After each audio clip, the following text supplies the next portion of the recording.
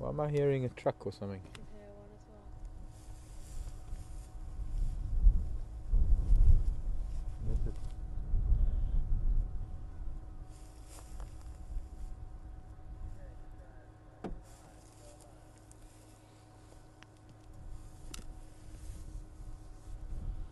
Good afternoon, welcome to Djuma Game Reserve, and this is Wild Earth Safari, and we are broadcasting live this afternoon for our PM Safari. Excuse me, looking into the sun. Beautiful afternoon with a little bit of a breeze. I suppose it's actually a bit stronger than the breeze. It's a wind. I think we can call it a wind. It's windy this afternoon. Clear skies, patches of cloud, and we're already far to the west of camp. We are heading along Impala Road. My name is Mark. Becky's on camera. Daniel is in final control. And we're going to head towards Impala Plains. We're playing around in the western sector a little bit, and then we're going to make our way to the middle part of our area. We're going to look for some elephants a little bit later. We had some impala. There was a big herd of impala here. They've moved into some bush. We had 3 warthog, which is why we stopped here originally. No, that's not them, it's a log. They've also moved off. They got camera shy. They heard we were going live in 2 minutes, and they tails up and they ran away. So we'll go and see what else we can find for you this afternoon. So I hope you're going to join us. I hope you're going to maybe send in some questions and interact with us here in South Africa. Welcome, everyone. Let's go and have some fun.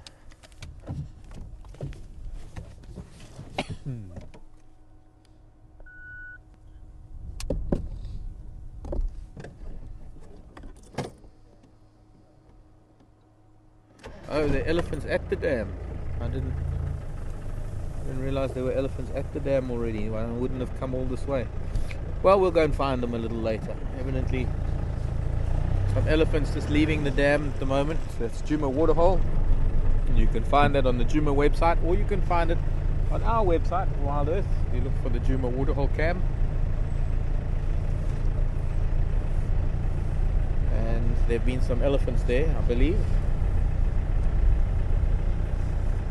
I think the temperature is going to drop quite rapidly this afternoon. We have to start adding layers as the sun starts going down.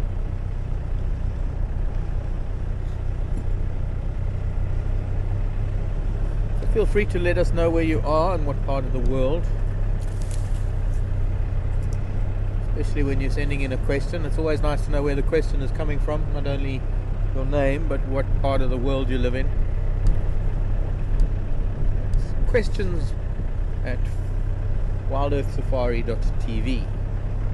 Used to be final control at wildearthsafari.tv, but we've changed that. It is now questions at wildearthsafari.tv.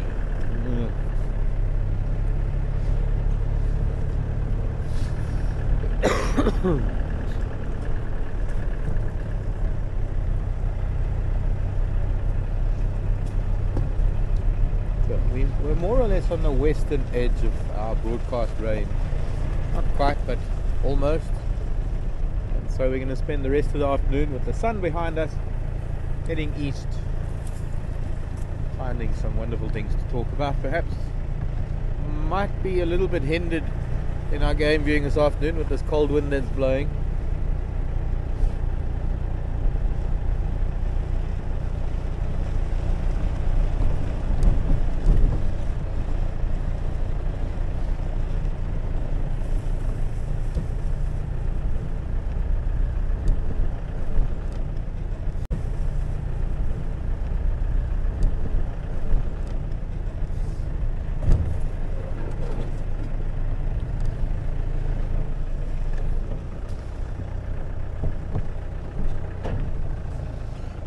Snake track, hyena track, even a snake moving around in this cold wind.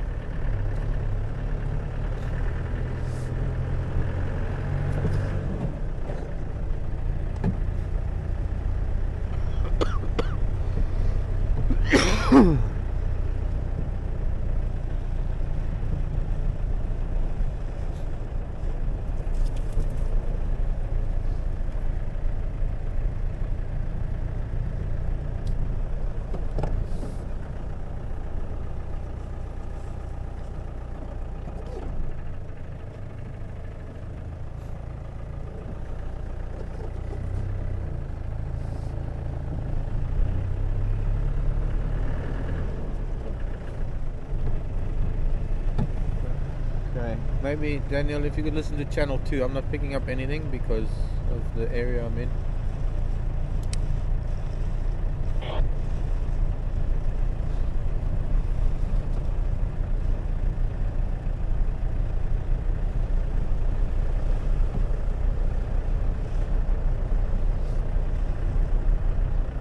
I don't see a bunch of vehicles at the dam. There could be something there.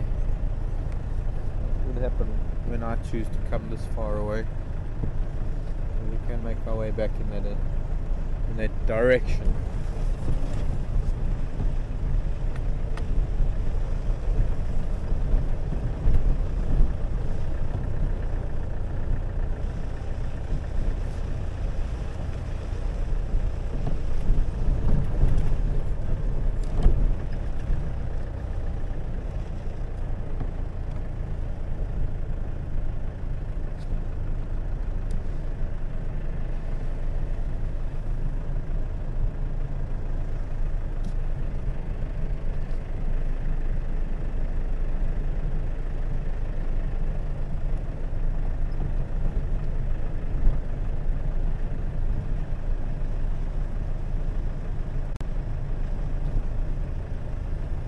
Giraffe tracks in front of us for a big giraffe bull.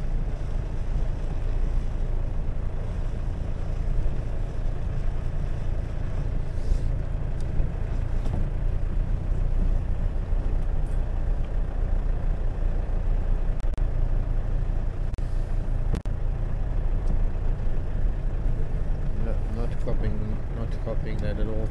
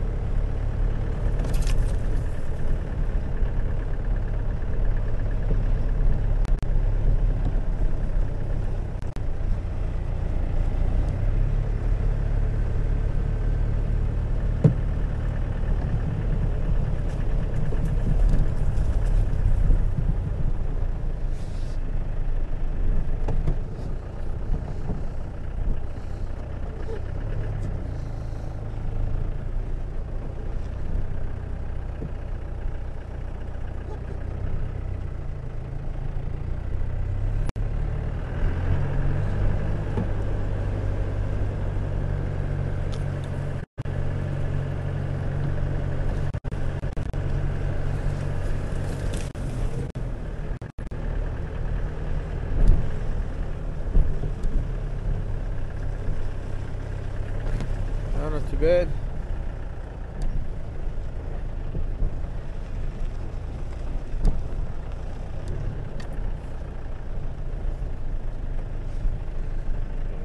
Obviously not. John and Baboon. A question from John about Baboon. Fortunately, this is waiting for we up after Impala Plains, and then maybe signal is a bit better. Someone wants to know something about baboons. Signal breaking up a little bit.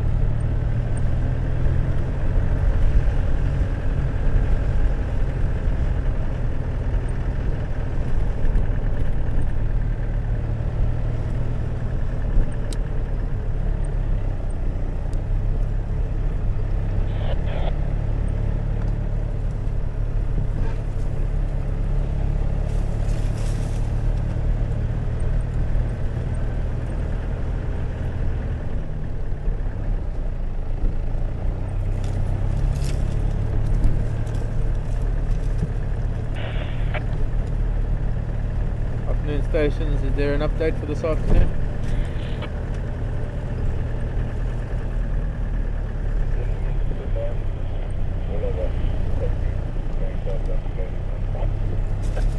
Thanks, Graham. Just done Sandy Pass to Impala Plains. Not much up this end.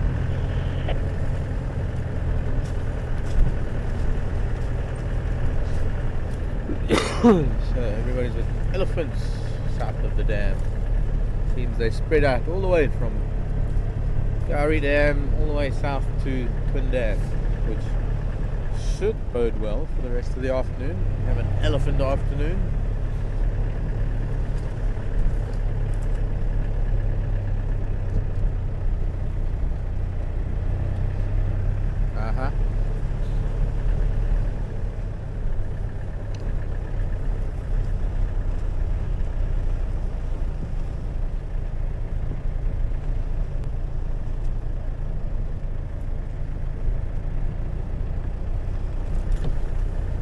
John Hammond. Good afternoon, Squire. Hello, John. How much stronger is an alpha male baboon to the average human adult man? Well, that's a good question. Because if it was a case of bench press or that kind of thing, that's one thing entirely. I think in some respects they're stronger and in some respects they're not. But I wouldn't suggest any human, even an above average sized man, to take on an alpha male baboon. It's kind of difficult to weigh up strength in that respect. I wouldn't say that a baboon is as strong as, say, a chimpanzee of the same size, or, age. Adult male chimpanzee. I think a male chimpanzee would be a lot stronger than a human.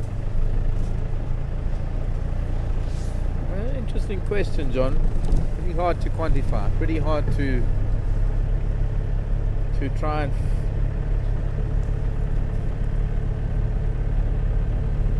ascertain what.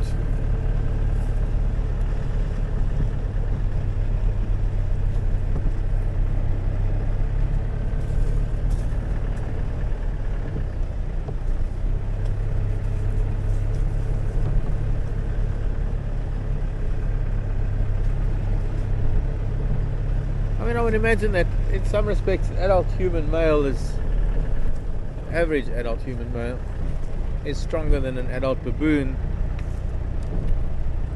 but that a human wouldn't really go to the length that a baboon goes to in terms of, well, maybe some humans would, in what they will do to get at things that they want.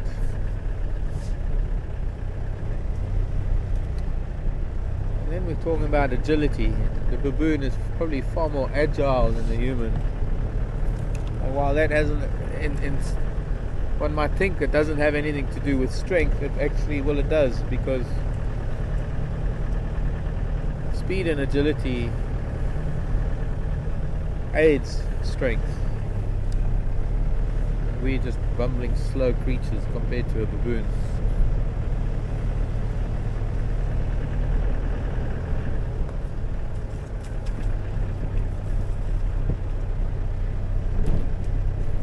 Hard one to answer, John. I'm sure in a lot of aspects the human is stronger. Adult baboon would have stronger jaw muscles. You've got to also remember that the canine teeth of a baboon are the longest canines of any meat-eating animal. They're longer than any of the predators, sharper too. Inflict painful, if not fatal, bites.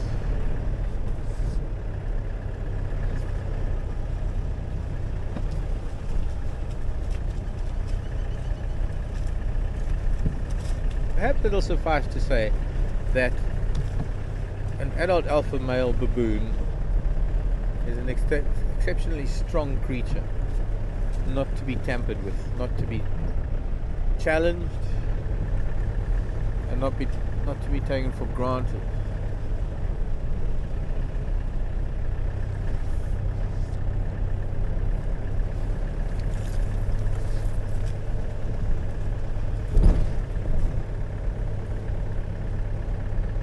While it might not be able to bench press the same amount as an adult human, it'll outwit, outrun, outsmart, and out something else, any human. Out anything you can think of. Outwit, I said that already. Not outweigh. What's another out? But I think you get what I mean. You know, we should have maybe stopped in at the hyena den, but maybe we'll have to go back there later. Are we going to go along the west? This is Zoe's Road. We're going back towards Vuyatela Access Road. And we're going to take a sharp right and take us along the western edge of the open area. See who's there. I'm going to talk to elephants. I need to consult with an elephant at the moment about a particular matter.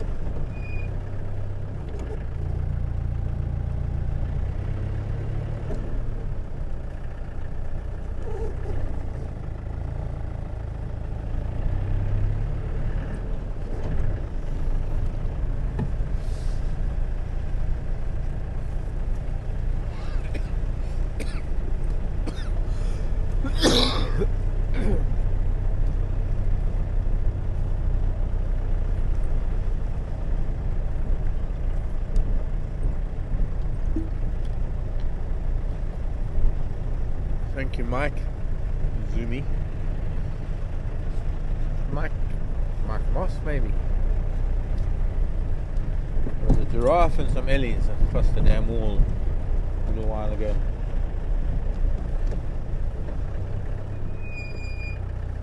Oh, don't run away.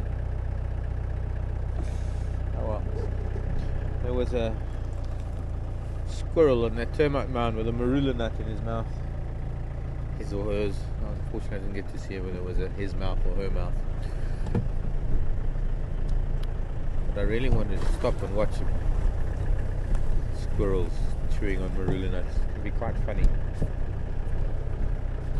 Depending on how experienced they are with marula nuts.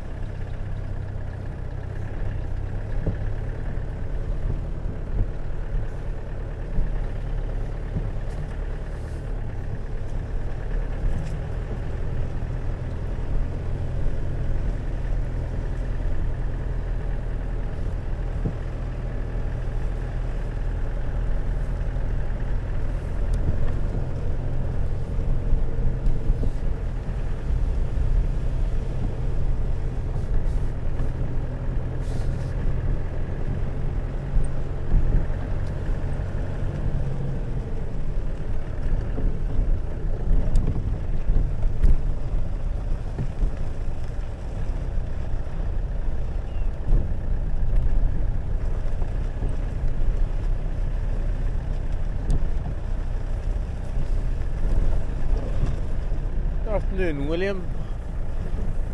William in England.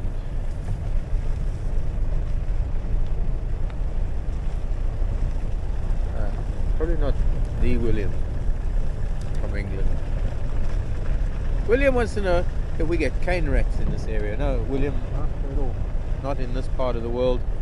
And for those of you who are unfamiliar with the cane rat, it's probably one of the largest rats. I wouldn't say the largest rodent, because porcupine is the largest rodent that we have here. Perhaps we could say that the cane rat is the second largest rodent in the country. The size of a small cat. And they live they live in KwaZulu-Natal. And they're called cane rats because they love living amongst the cane fields, the sugar cane fields. Whoops.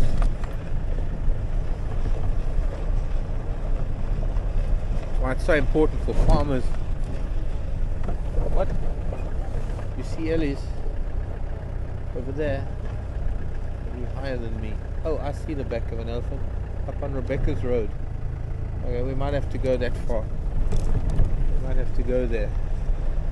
So now we're just going to see if we can see some more here. Evidently elephants everywhere today. Some elephants off to our right there. I'm on Rebecca's Road.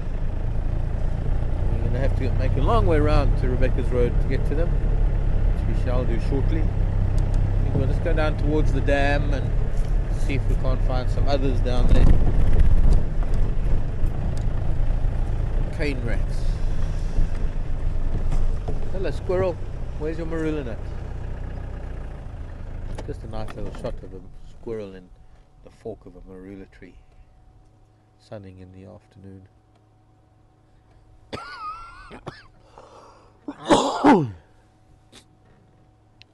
Please excuse my coughing.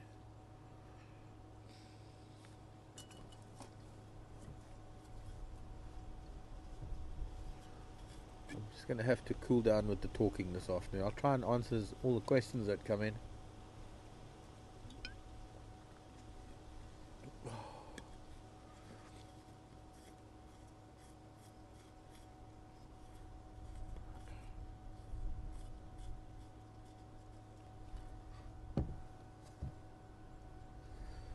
The tree squirrel. Family Squirridae. Squirridae. Squirridae. I don't know how to pronounce it. Squirridae.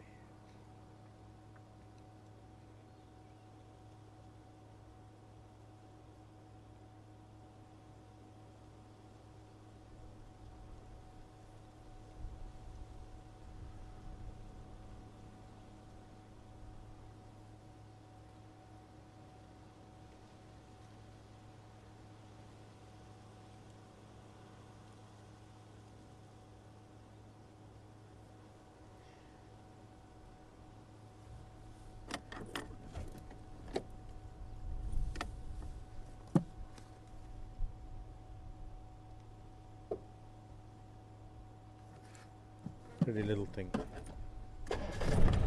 That, folks, is a marula tree.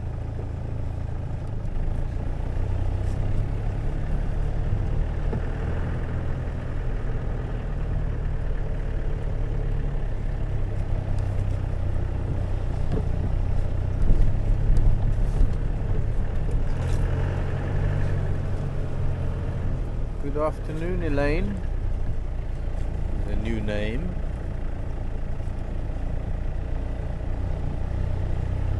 Ever been attacked while on safari?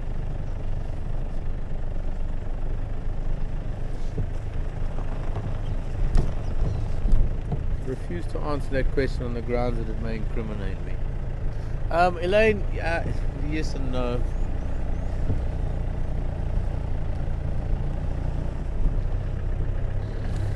And sort of. Oh, that Impala's Fleming. It's doing the Fleming grimace. For some reason, this time of the year. Impala ram. He was top lip curled back, sniffing the air. Not quite sniffing the air, because when an animal is doing the phlegm and grimace, or the phlegm and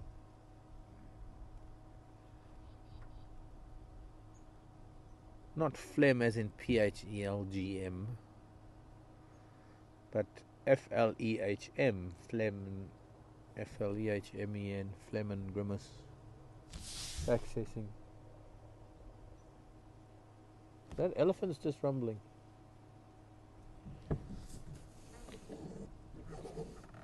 Scenting with their Jacobson's organ. Hello, impala. All spread out, nice and peaceful. Obviously no cats or dogs here right now. That doesn't look like an impala.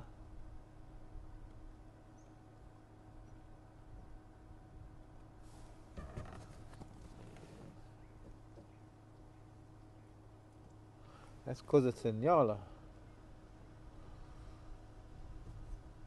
Sneaking into this impala herd and pretending to be an impala. Where's that? There are a couple of them coming in through that gap there. Is that one? Yeah, just lifted her head, and the one to the left of her.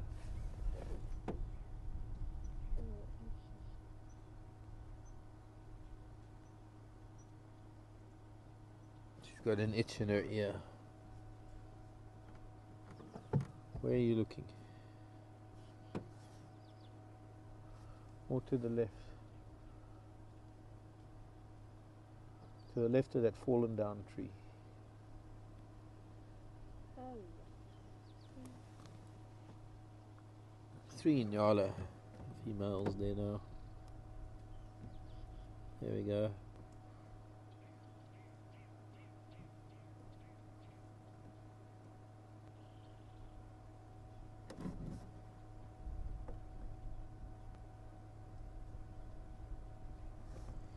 A difference in markings, look at that. Almost mirroring each other. I'm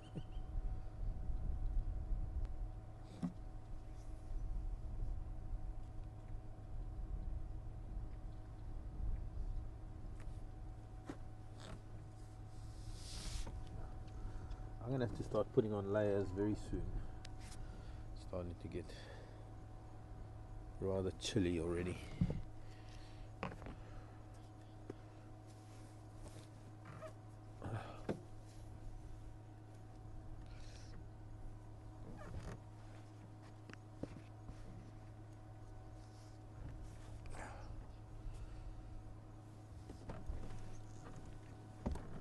Okay, let's go and find elephants.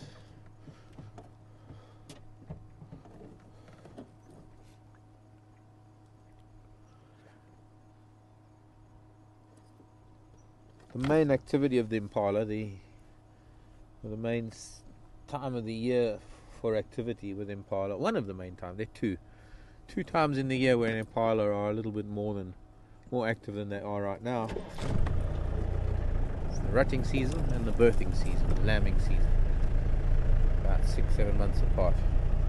We've just come through the rutting season, and after a few intense weeks of madness, of males chasing females and fighting with other rams, and they're actually calming down to a semblance of order and grazing peacefully.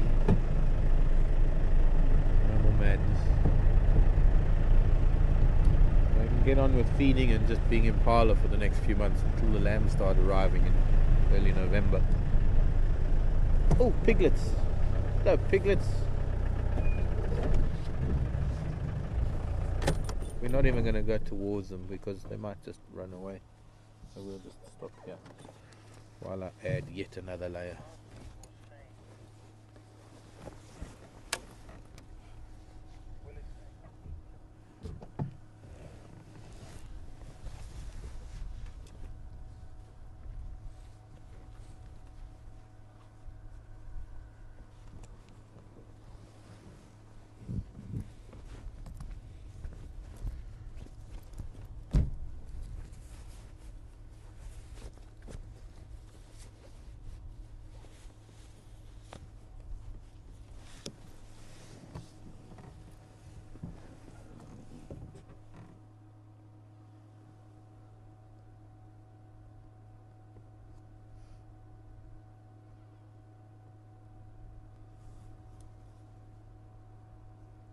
A little bit of a nervous pig this afternoon, that warthog, with this wind blowing, leaves making a noise. There's a go-away bird shouting.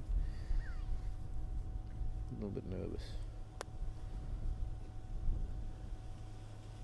Okay, when in doubt, just run away. Okay.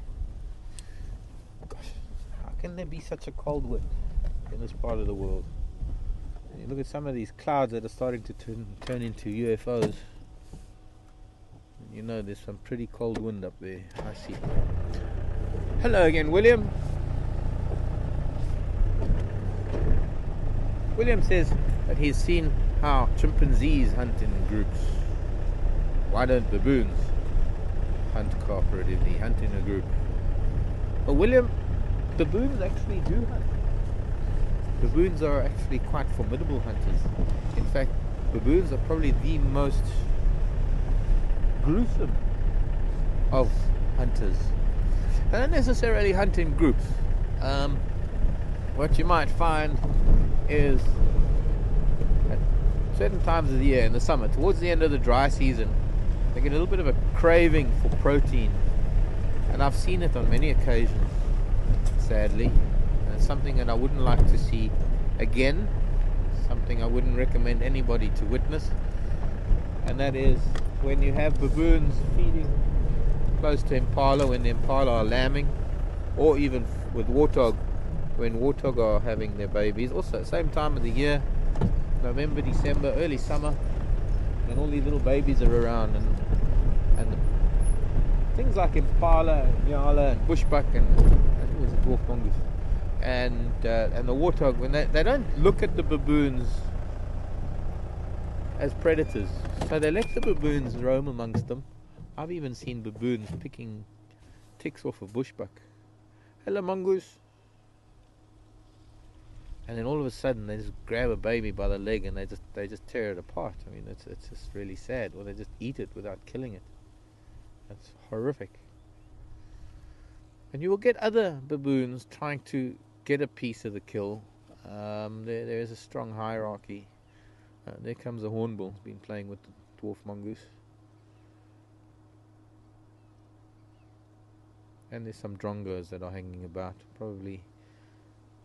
Oh, there's a few birds. There's some babblers. There's a woodpecker.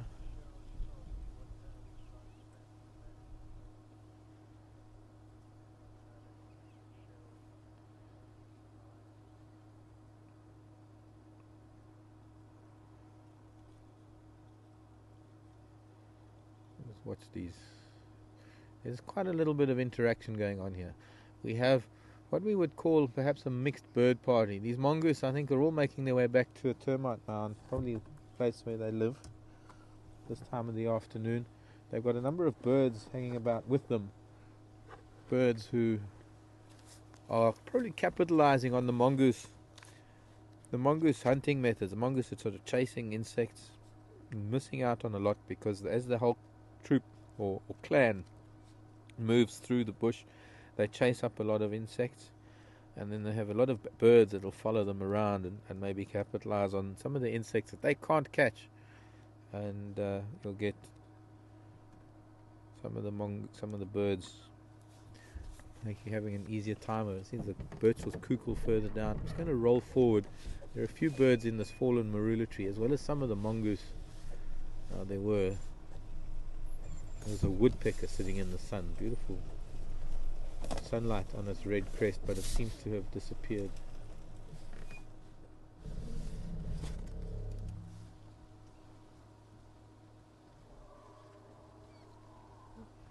Well, I can hear an elephant shouting.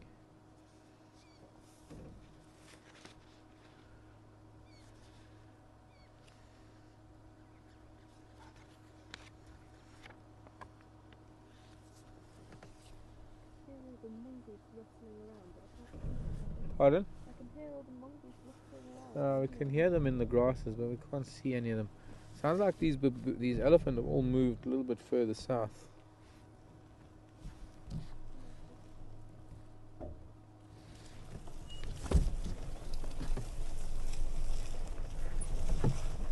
What we're gonna have to do.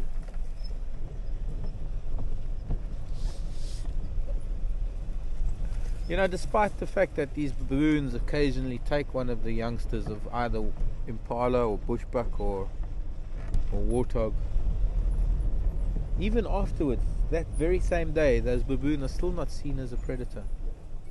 What's wrong with your neck, Dove? Maybe it's the loose feathers. Dove looked a little bit strange. Oh, and there was a three-streak chagra just next to us. We've seen the black-crowned chagra quite often. We don't get to see the three-streak chagra too often. I think it's just got a loose feather on the right-hand side of its neck. Either that or it's got a growth. But there's a little emerald spotted wood dove in the road ahead of us. And the right side of its neck seems to be a little bit more puffy than usual. Maybe just ruffled feathers. It's very fat. Hmm? It's very fat. It is a little bit puffed up because of the cold wind, but on the right of its neck I can't really see too well. It just looks lopsided.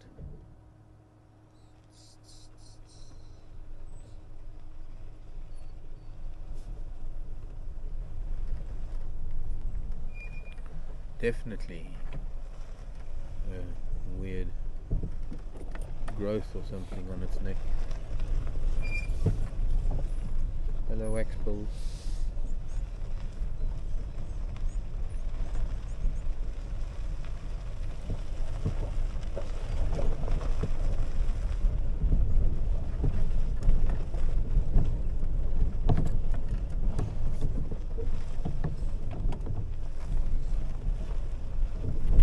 So I think, William, to answer your question, baboons don't necessarily hunt in a pack because they're not necessarily hunters, and the animals don't see them as hunters. As opposed to chimpanzees, when they're on the hunt, whatever they're hunting, very well aware of what their intentions are, and so it is necessary to have this strategy when they're taking things like colobus or even other chimpanzees or other primates. They have this hunting strategy that some chase and some corner them and some do this, and eventually they manage to capture their prey. Baboon are not seen as predators, and that is despite the fact that they have their eyes on the front of their face, despite the fact that they do have such large canines that they use to tear meat apart or tear their prey apart. But I guess it's just that baboons don't hunt that often.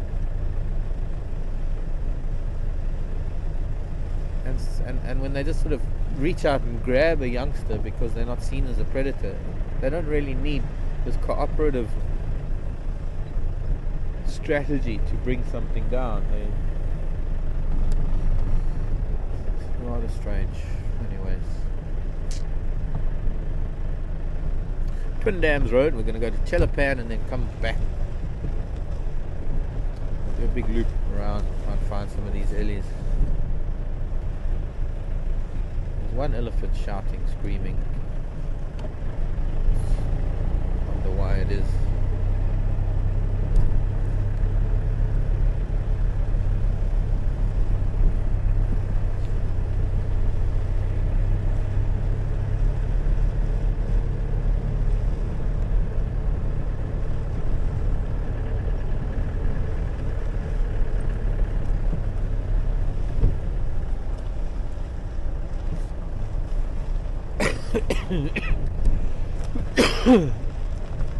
Elaine was asking earlier about being attacked on safari.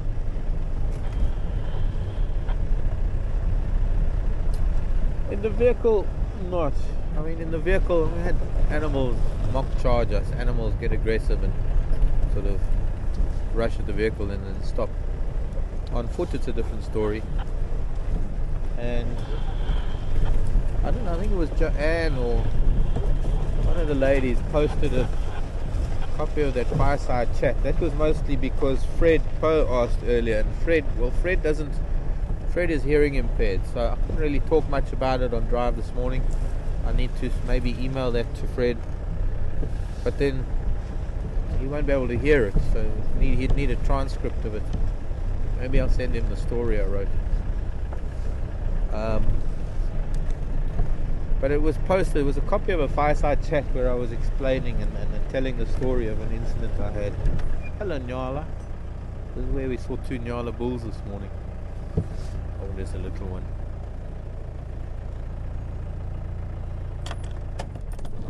I'm not going to go forward because I think little ones can. This must be Mom. And little one wants to come up to join Mom. Ah, there's one of the bulls at the back there.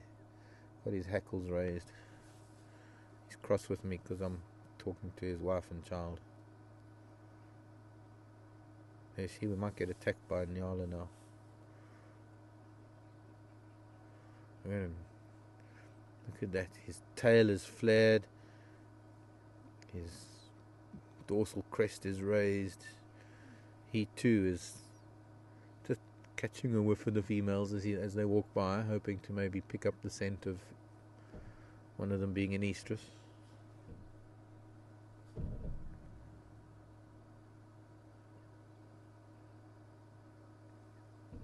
Fantastic antelope, these Nyala. Such a difference between the male and the female.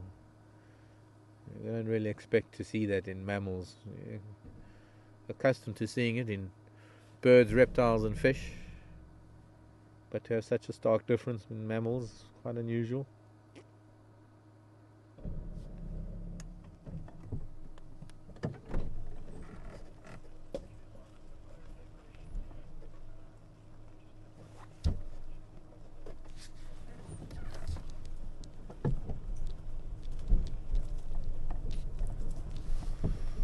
Cheryl, yes, sorry, you were asking a question earlier and then we got to the dwarf mongoose. Average lifespan of male and female baboon. I'm trying to think, I can't remember. And funnily enough, I've just been writing about it, doing a script for something. I'm just not good with numbers. So I can't quite remember. I can't remember whether it is 20 years or 40 years. Can we get in tight on this flower? To change the subject. It looks like a crassula or kalanchoe. I need to maybe take a photograph of it because there are actually, yeah, there it is. A couple of those little flower heads are actually open. I haven't found a flower for the ladies for a while. Found a flower for the guys again the other day, but unfortunately we weren't on air. In the form of a rusted bolt.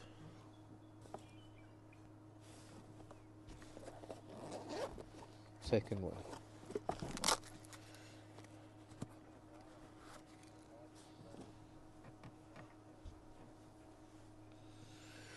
Oh, getting called in here. Arlene saying thought the capybara was the largest rodent, not the porcupine. You're quite correct, Arlene, but I was being a little bit specific. I was saying the largest porcupine here in South Africa. I mean the largest rodent. We don't have capybaras in South Africa, so I didn't include it. Excuse me a moment.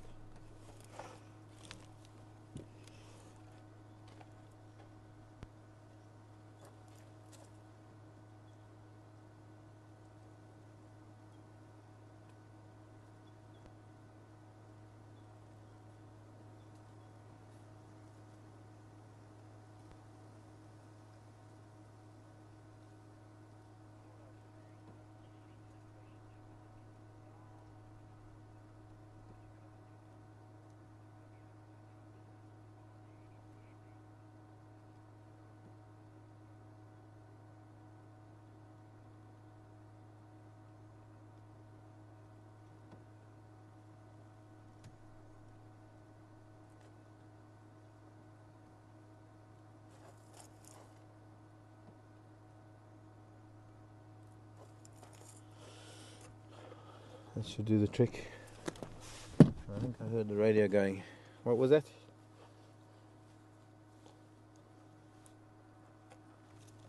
I was under the vehicle.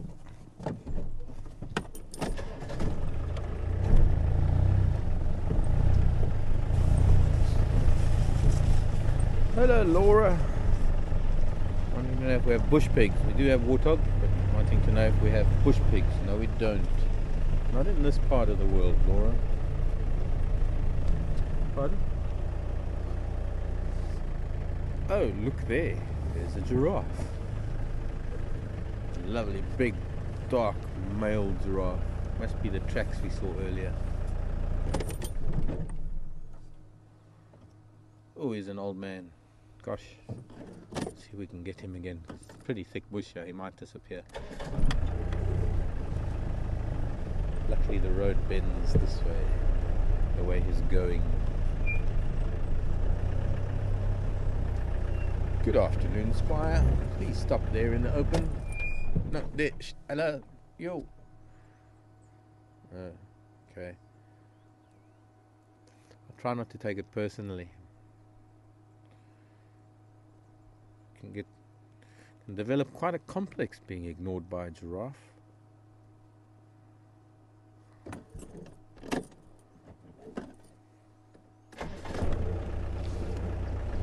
Although it's not as bad as being ignored by an elephant.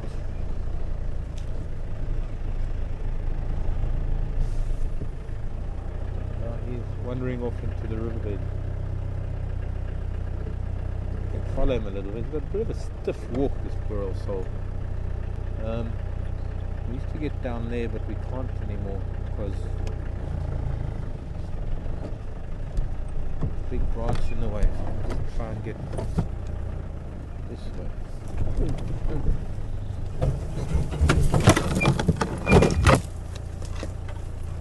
Frozen leaves. Must have been something close to frost that came through here. Oh, you know what? This goes to show, and I know this is going to be sad for some of you because it's very sad for me. Look at this.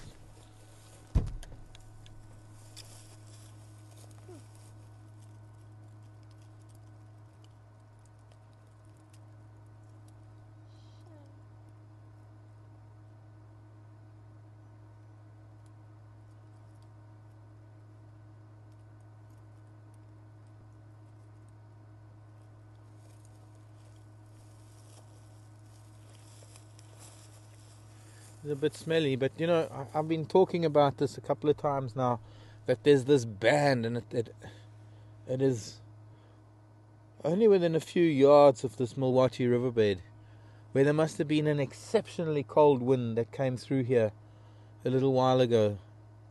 And if we look, I mean, just ahead of us is a wattle with some of the lower leaves still showing green, but all the outer leaves are brown. Now, normally the leaves just sort of, they start dropping still pale green. They don't go as brown as this.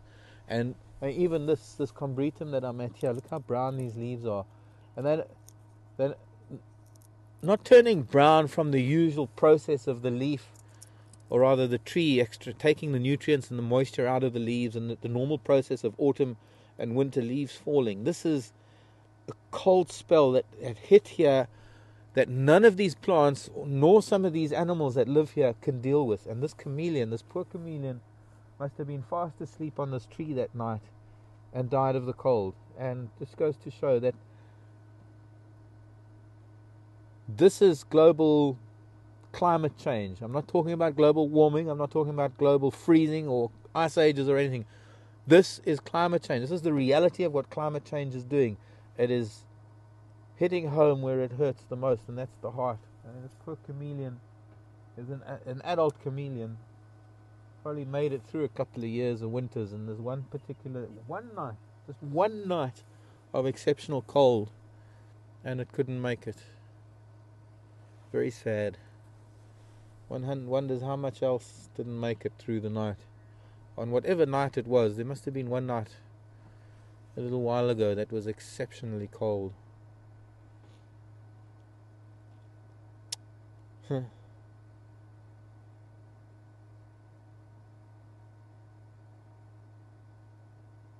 Oh well, I guess that's nature, you know. Something. It hurts in the heart. It hurts to see things like this, but nature is nature, you know. Yeah, poor chameleon died, still clutching the branches. Its fingers are still wrapped around. Tail curled in sleep, died in its sleep. Poor child. Can't imagine it. Being so cold, not being able to move, being a reptile, not being able to get deeper into the bush. And deeper in this bush willow seems to have survived because the wind didn't reach there. Oh boy. Climate change, just the beginning. I mean, where we are now, there's this huge dead patch. I mean, it's almost as though the life has been sucked out of every living thing here. And that's cold. That's cold temperatures that none of the plants, none of the creatures here can deal with because they've never had to. Could have even been close to a frost. Anyway, in the meantime, the giraffe has disappeared beyond that big jackalberry. And elephants are moving off, so we're just going to turn around and go back and find the elephants. Unless we just try and make it through here and then come out the riverbed. Let's do that. Other side of Chelapan.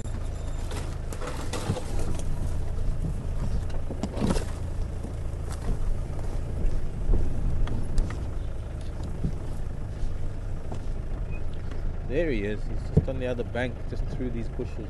Big giraffe.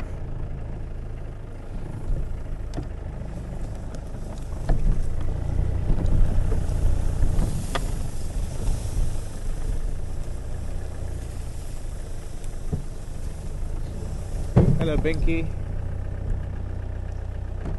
Hello, Jackalberry. What a magnificent tree. What flower was that, Binky? I'm not sure. That's why I took a photograph. I'm going to look for it later. It's either a... I'm sure it belongs to the family Crassulaceae. The Crassula family.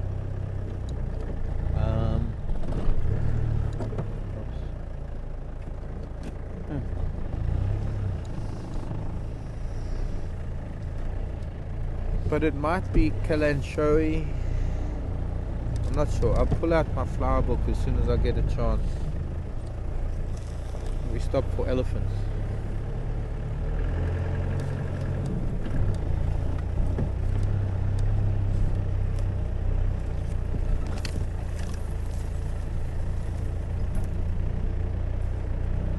Oh, the leaves of this leadwood are all frozen in time. I reckon it must have been almost a frost that hit. And then, it's not my imagination that they're colder nights than they were when I was in my 20s. When we used to be able to do night drives with just shorts on. Or get up in the morning with shorts, shirt and a jacket.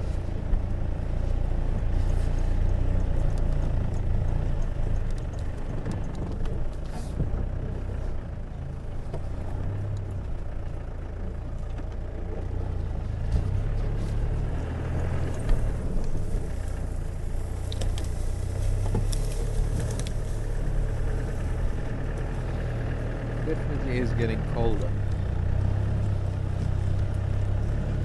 Okay, we're at an angle like this right now, climbing up the bank.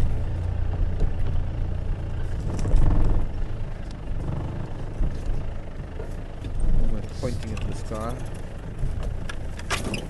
Coming out at Chelapan.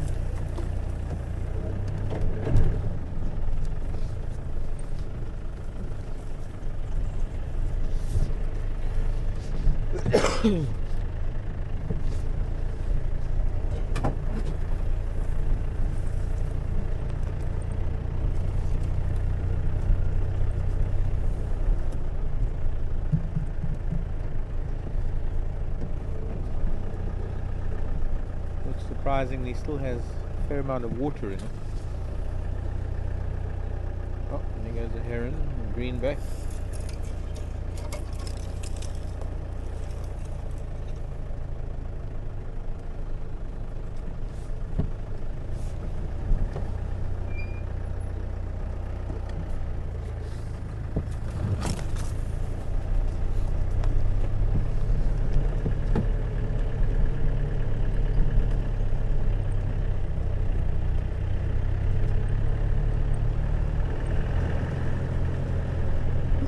Let's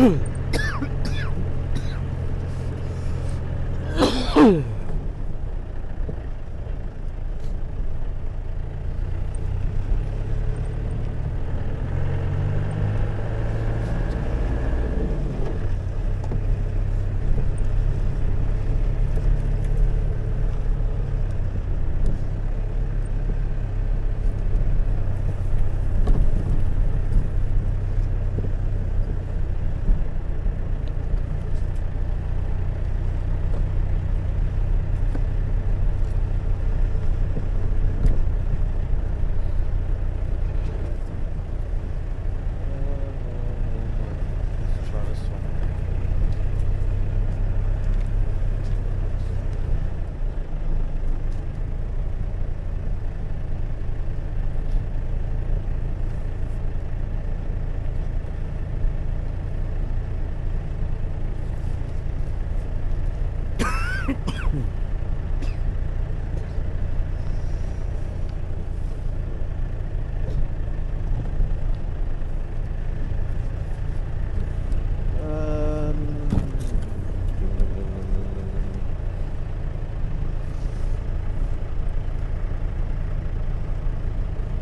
Cressida. 95. Down there, the Cressidas.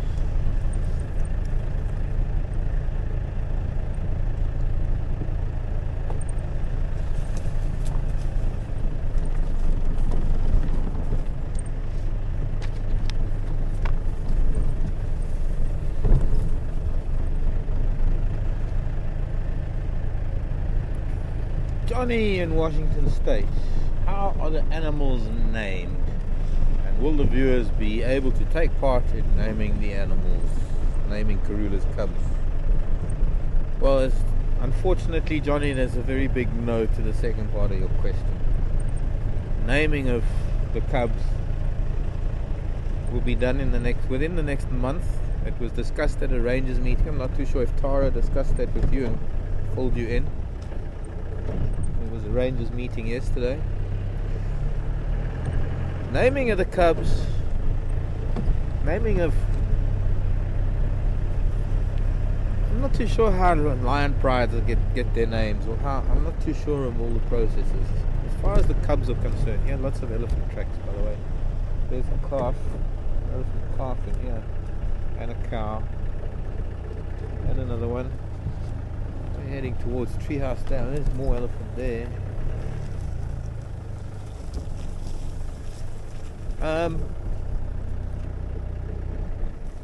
And their protocol. There are traditions in the naming of things, and it's up to the guides. And to a large extent, the fact that we are not part of a lodge, we are just sort of visitors here, as it were, means that we aren't really part of that process. And having said that, evidently I'm up for having the opportunity to name something fairly soon. And it'll be the next Rangers meeting next month when possible names will be discussed for Karula's cubs. Between myself and a chap by name of Richard, I think, a ranger at Elephant Plains. Hello ladies, do you mind if we join you?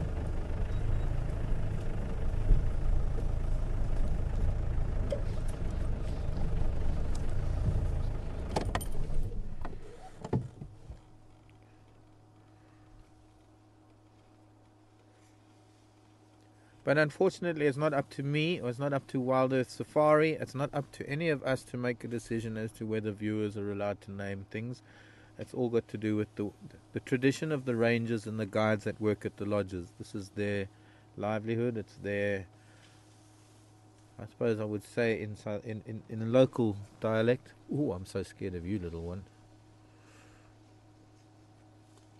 It's their indaba. It's their prerogative. Oh, he's trying to intimidate us, this little boy.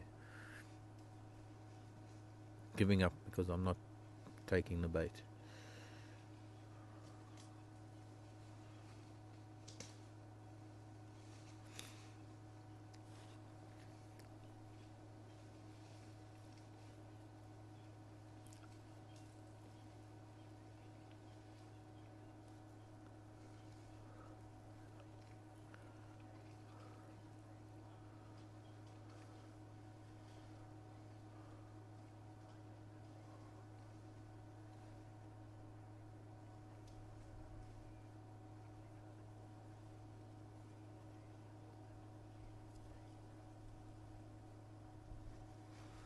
Hey Ed, nice to hear from you. Having just moved from the city to a more rural setting, wanting suggestions on how to observe the animals in their natural, engaging in natural behavior without trying to influence them by putting out food or anything.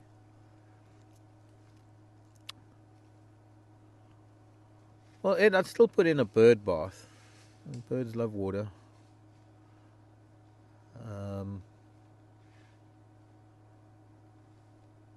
One thing I could suggest for people in England is more than a bird bath. It seems to be that lately mud is also needed. I mean, swallows and martins are actually on a decline because they can't get enough mud to build their nests. I don't know how many swallows and martins you have in the States. Well, I'll think about that, Ed, and get back to you if I can.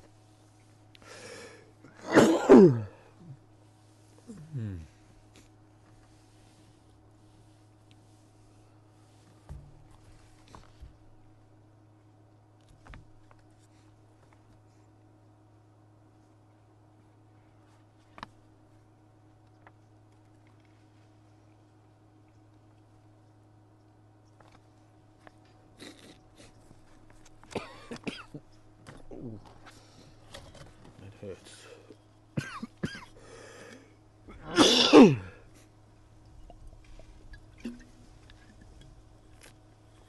She doesn't like me coughing. I don't blame her. I don't like me coughing either.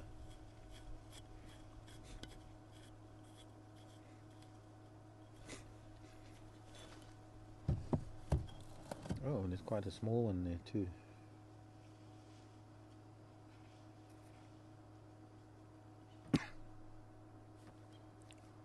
They're listening. They both stopped. Both of these big cows have stopped and were listening to something. Oops, sorry, Becky.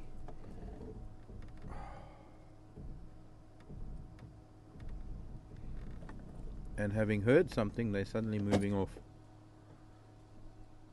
More than likely to join up with some others. So I'm going to turn around. We're going to go around onto Philemon's cut line, perhaps.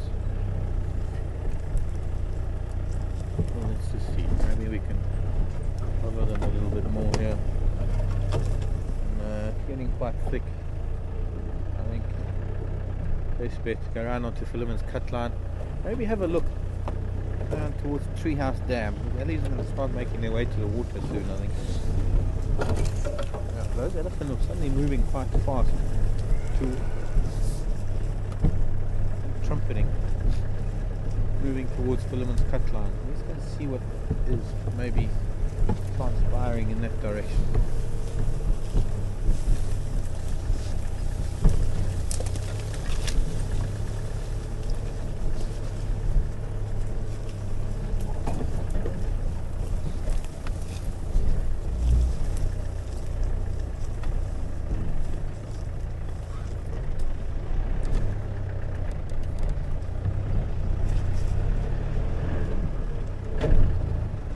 A lot of trumpeting and shouting all day.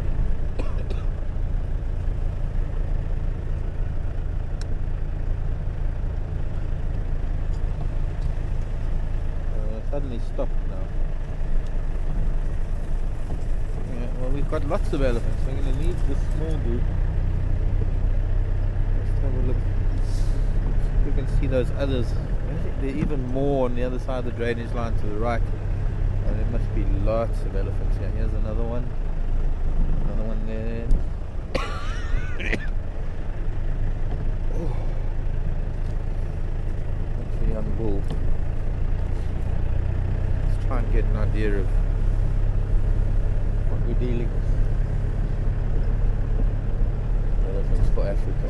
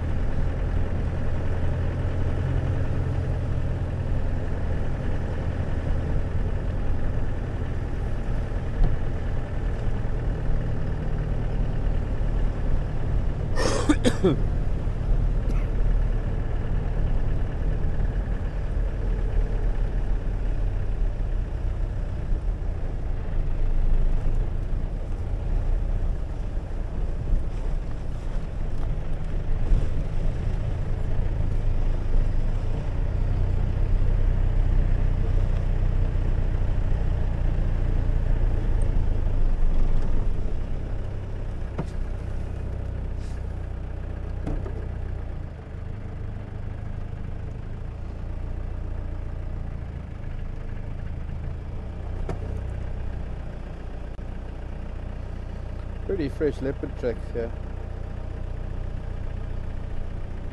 That's one of the boys. There might be a reason why the elephants are not too happy. There's a leopard around. Graham, come in.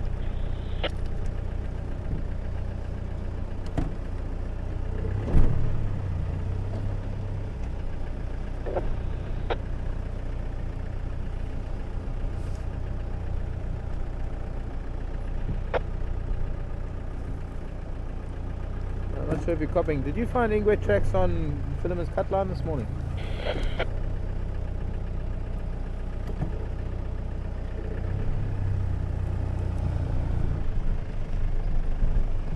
Never mind.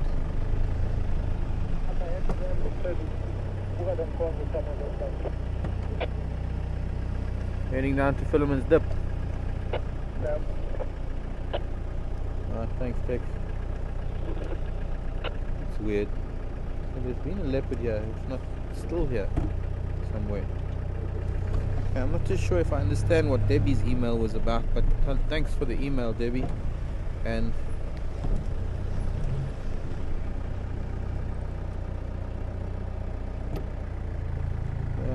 sorry about that.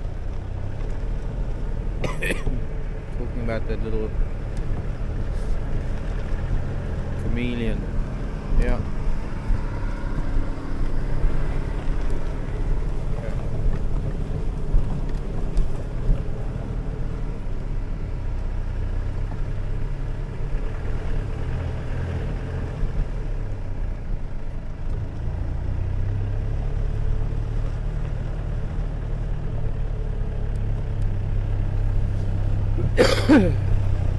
Thanks for the email, Sarah.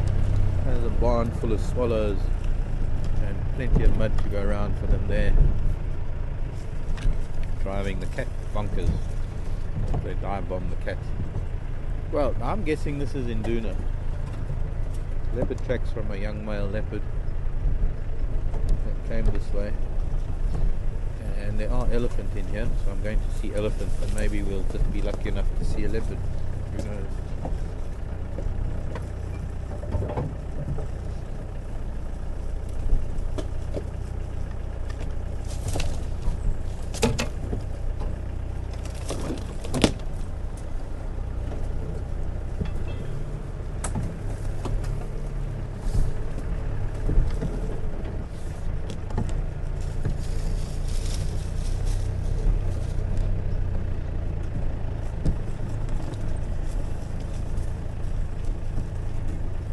If there's still water in these pans.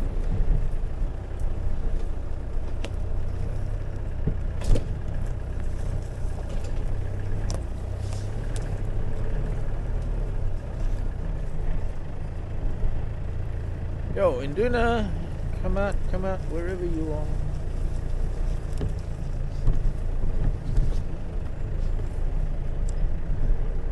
I don't know what I'd do if he just suddenly sort of walked out in this thick bush and looked at his head as if to say, I'm here.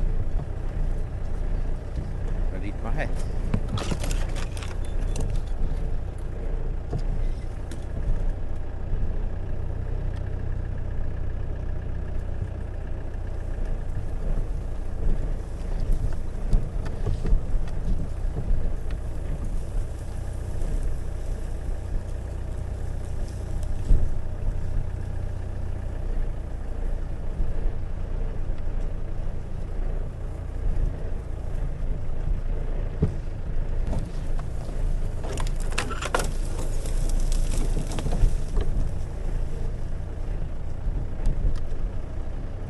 A little bit of water here. This is one of the smaller of the pans. Some even bigger pans.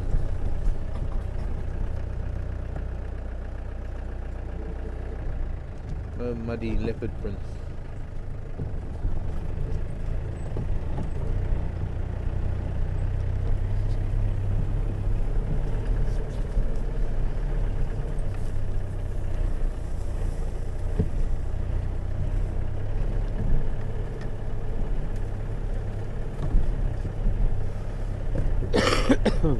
But that means that he might be cutting through from here towards Gari Dam.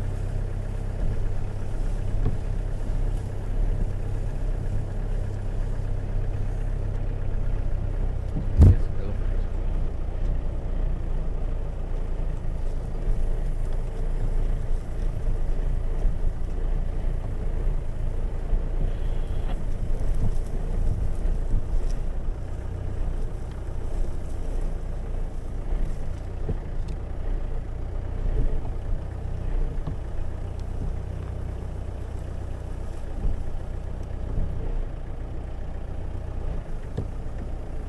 Hello, Kupel.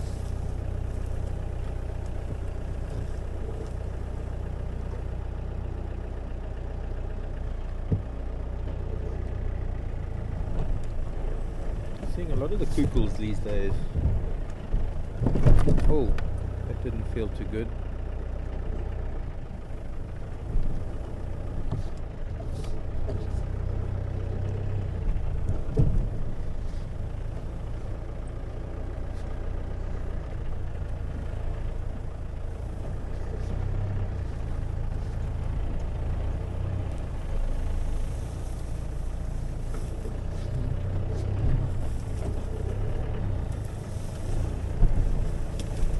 Hidden tree stump.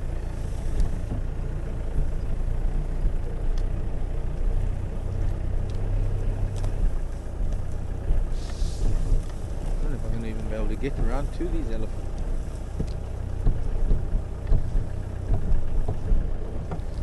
No, not through there.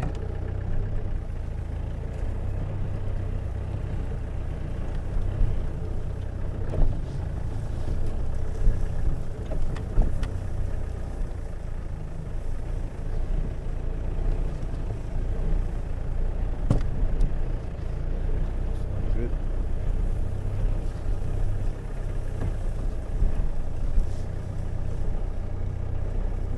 Might have to give up on these elephants and go back to look for other elephants. Of course, my excuse to come to these elephants was to look at these mud pans, see if there's a leopard lying around,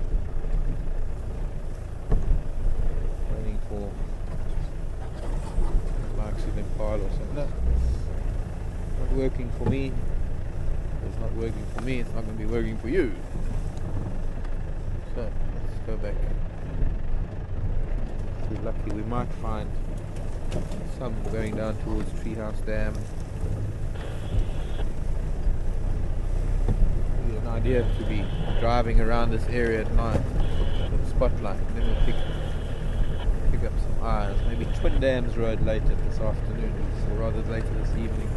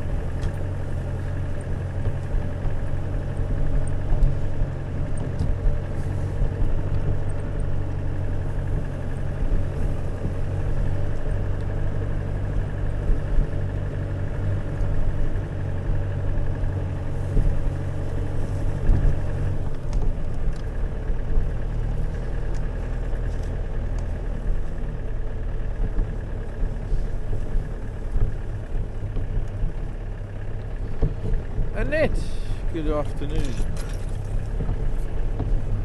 I had a question from Annette. There's so many impala, why do the cats have to go so far and wide? Why don't they just stay where the impala are? Well, a number of reasons, Annette. First of all, if they kept hunting from the same group of impala, the impala would get to know what the cats are up to, and the cats would never make a kill. It's all about surprise. But then the other thing is that the competition would be too stiff. I mean, in hyena would learn that Hyena would learn that the leopard are hunting in the same place all the time, and they'd constantly be stealing the kills of the leopard because they'd be on top of the leopard before they could tree their kill. It's just the way nature works. Once you hunt in a place, you've got to move on and go to another area to hunt. By all means, come back after a few weeks and take an impala from the same group. But it's a way that nature does things so that the cats don't just eliminate an entire herd of impala. You know, there's got to be some rules.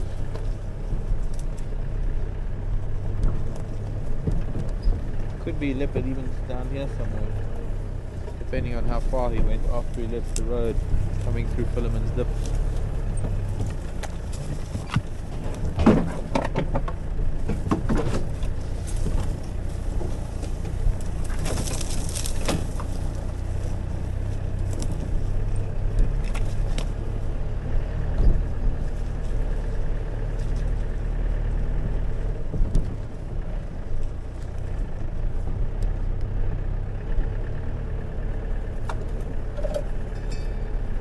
Hello, Ellen.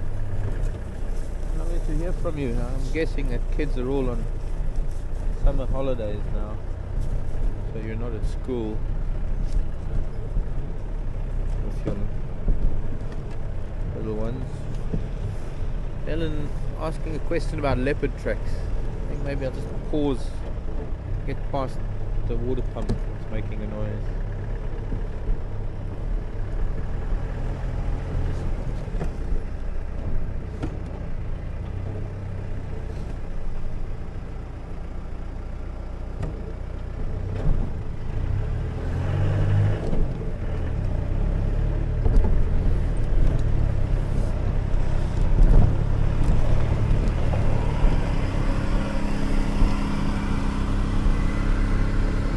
Ellen was asking about leopard tracks and how do we know that leopard tracks are of a male or of a female, other than size. She was aware that size would be an issue, but is there some other feature that makes a leopard track more distinctive as being male or female? I'll go by size, Ellen. I mean, the tracks that were here are a lot bigger than any of the female leopards that we have. And yes, the young male leopard's tracks would be about the same size as a female, but then it would invariably be with its mother, because the young leopard, I think from about the age of 12-14 months,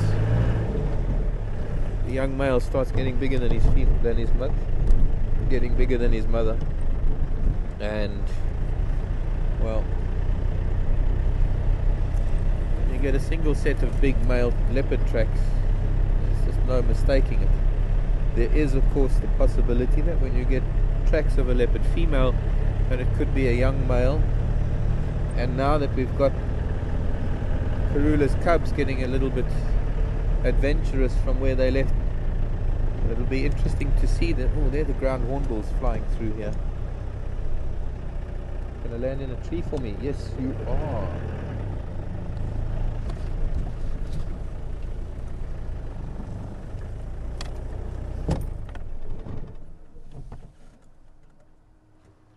One of the ground hornbills, one of our local huge ground hornbills.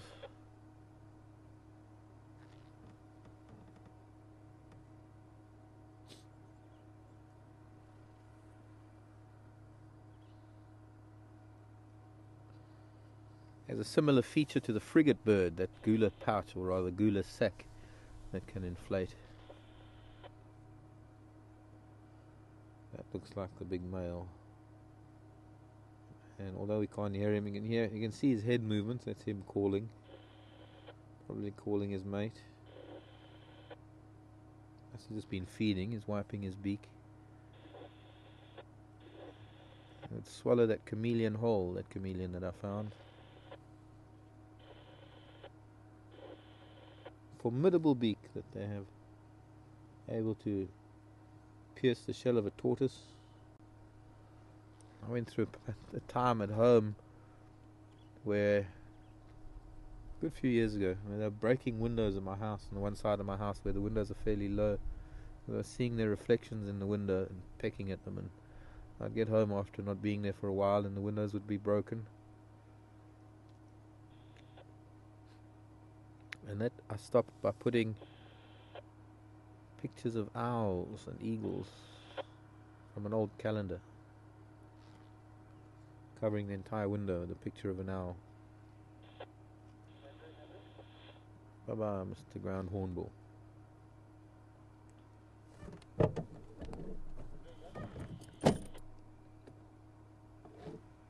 Oh, here goes another one flying. Most beautiful, huge white primary feathers. I would love to have one of those. Be a treasure finding a big white primary like that. Another big bird that has huge white primary feathers is the saddle-billed stork. I actually used to have a couple of saddle-billed stork feathers. I even had one saddle-billed stork feather from, I saw it as it was flying away from a dam. I saw this feather fall out of it. It was obviously loose, and as it took off, this feather fell.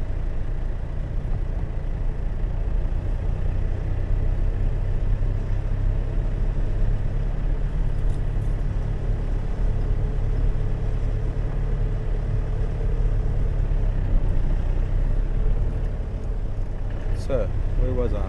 Ellen. Now that we've got Karula's cubs, we'll be able to have a look at their tracks versus her tracks. Maybe we can start taking measurements.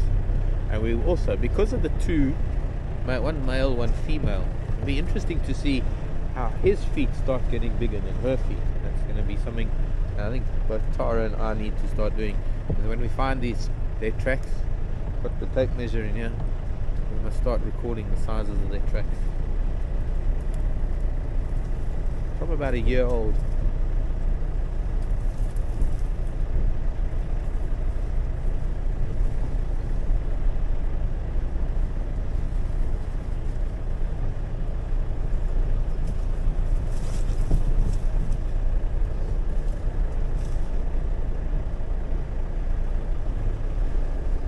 Sandy, thank you for your question.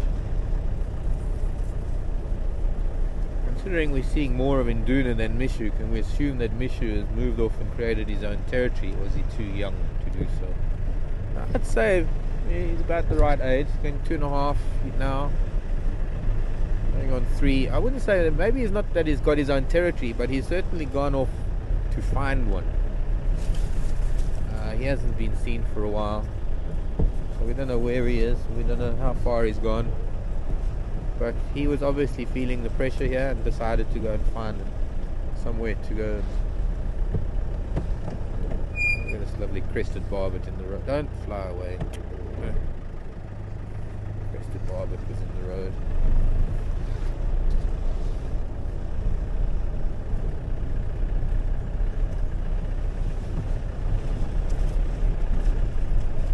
I need to put on a few more layers. This is not helping me.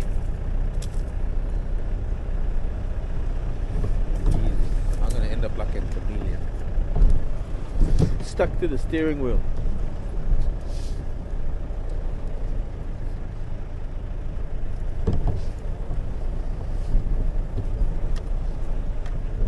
So much for elephants coming to Treehouse Dam. It's fairly quiet now. Yeah.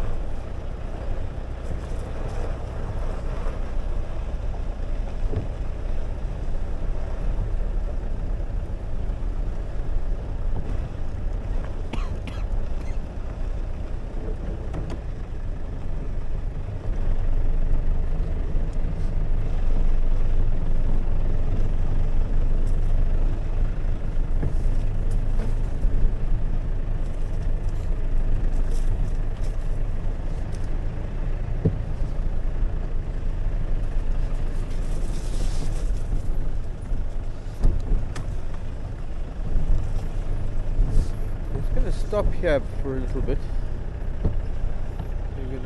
dam. I'm just gonna go and sneak behind the vehicle, put on a few more layers of clothes because I'm getting uncomfortable. Please excuse me.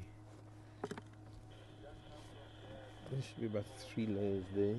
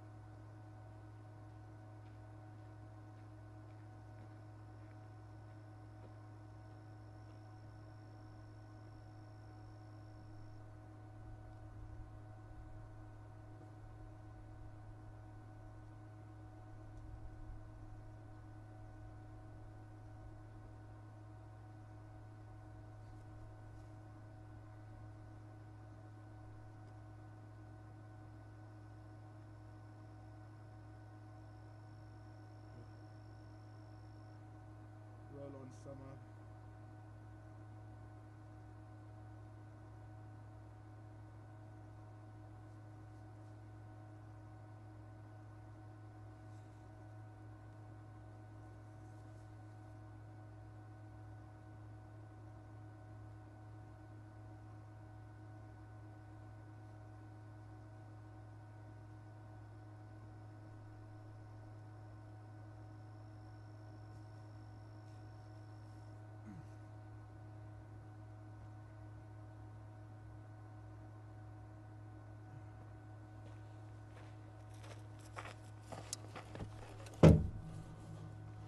A thermal vest, a t-shirt, 2 long sleeve t-shirts, a jacket, and by sunset I'll be putting on my other big waistcoat jacket thing for added warmth, and 2 scarves, and I'll probably still be shivering. And I bet you that in some of the countries that we talk to, some of you out there, some of the temperatures that you get in winter, you probably can go out in the middle of winter at minus 30 degrees and wear half of the layers that I wear here. So it's, hello. So it does make a little bit of a difference whether you come from a warm climate or whether you're accustomed to very cold climates.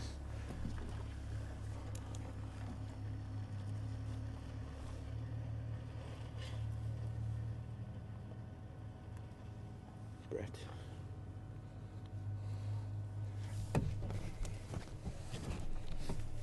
Thank you.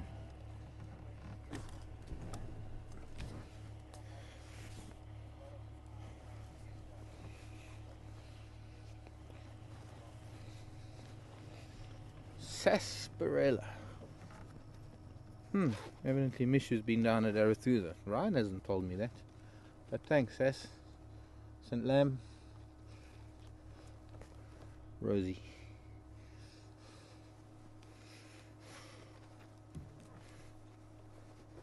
Cozy. Now that's a little better. My beetle scarf.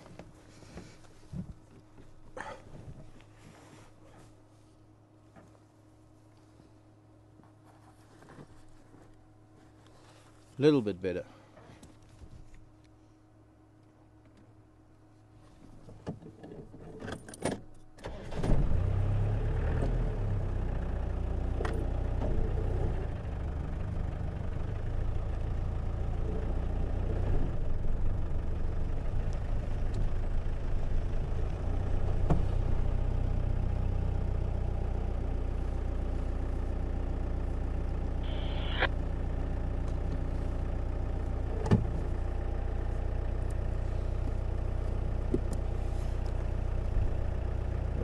been spending a lot of time in Arathusa, as mentioned in a lot of their blogs.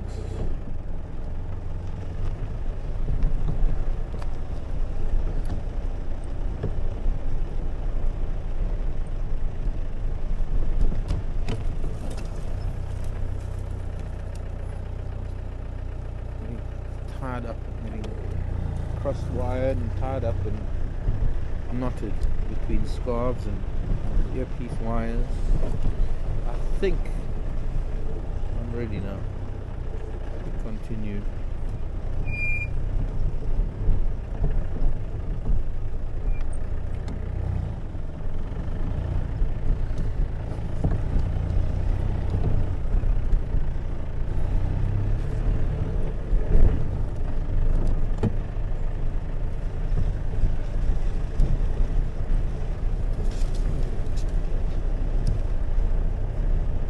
Are you warm enough?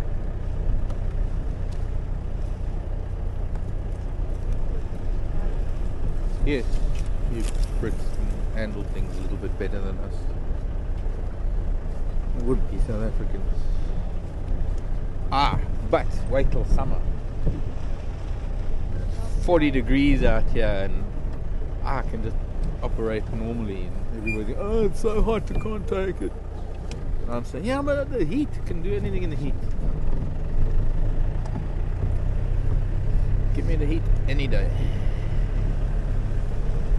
Take this cold and keep it.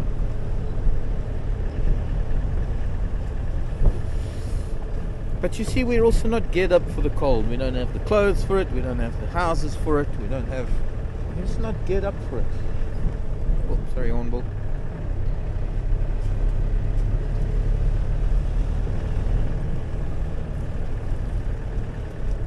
There's one of my lens cloths.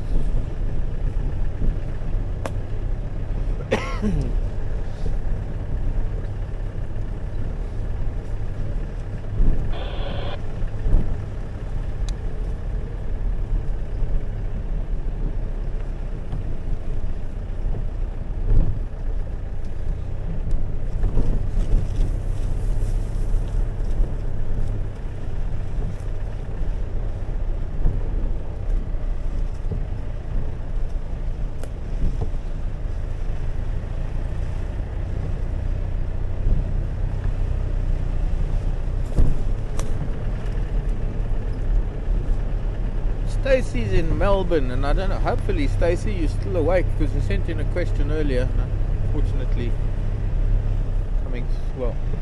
time restraint. Why? Stacey wants to know if we have GPS or a map. How do we find our way? Do we ever get lost? Well, Stacey, we're actually, although we're in a very large area, in fact it's a huge area, and the animals can cover a very large area, we can cover a very small area. We can only cover a small area,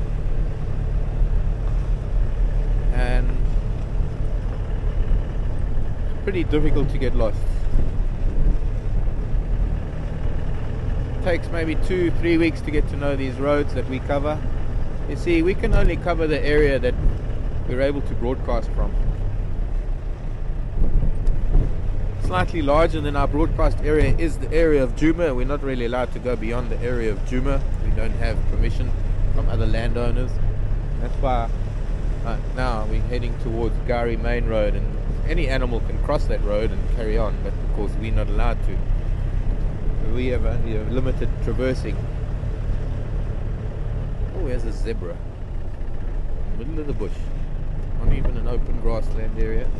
Just a stallion standing here in the middle of nowhere. Hey, Mr. Zebra. Are you lost? You need a GPS. I have a map. No, he said no. Okay, he's fine. Okay, suit yourself.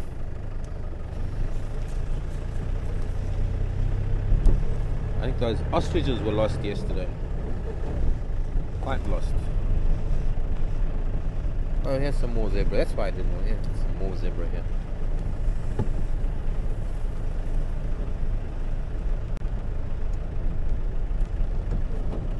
Who that?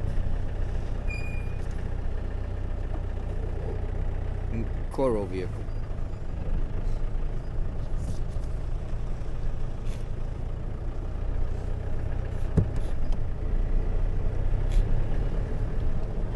Stacy, we get to know the area quite well. Even off-road. I mean, there are a few places off-road where I haven't seen. I'll follow a leopard or something deep into the bush. But it doesn't, you just have to choose a particular direction. There's no need for GPS. The GPS also wouldn't really work because you can't really put in a point and say you want to go there because you can't really go in a straight line. It's limited, especially traveling off-road, limited with being able to travel in a straight line because of trees and bushes and drainage lines and doves in the road. I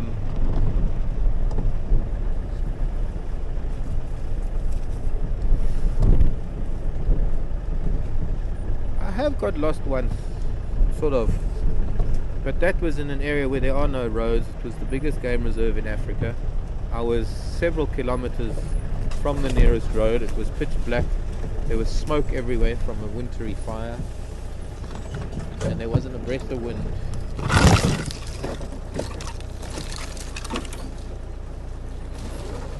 And I'd been following lion, and I should have left them at sunset, and I insisted on staying with them into the dark. And then they followed, or rather they took me deeper into no man's land. And when I decided that it was time to find our way back to camp, we couldn't, because we were right in the middle of an area that was actually still smouldering. It was still burning. And well, I eventually got home by about 10 o'clock that night, found a game path and followed a game path because I knew the game path would lead towards the dam. I want to show you something quickly. You've heard of us talk about zebra wood, and although I've got a few pieces of zebra wood, this is a nice example for you. Look at this. This has been broken by an elephant. There we go. Now it's been broken further by Mark, but the poor tree itself was taken out by an elephant. But what I wanted to show you is this black heartwood of the zebra wood. This is extremely hard wood. This white outer wood is a little bit softer, and the insects can eat this, but they can't eat that. So very often a dead zebra wood, you find all that is left is this inner heartwood. Now this was a very small piece of tree, so it doesn't have a very thick piece of heartwood. And when you get a tree that's about this thick, you'll find that the heartwood is thick enough to carve and to make carvings. But if I had to, I could try and smooth this off with a rasp file to show you a better example. But this gives you an idea, the black and the yellow. That's why it's called a zebra wood. I might actually take this, make maybe some, not big enough. I've got a nice zebra wood walking stick, and I've got a nice club that was made for me. I made the walking stick, but I've got a nice club that was made for me from the heartwood of a zebra wood by someone once upon a time.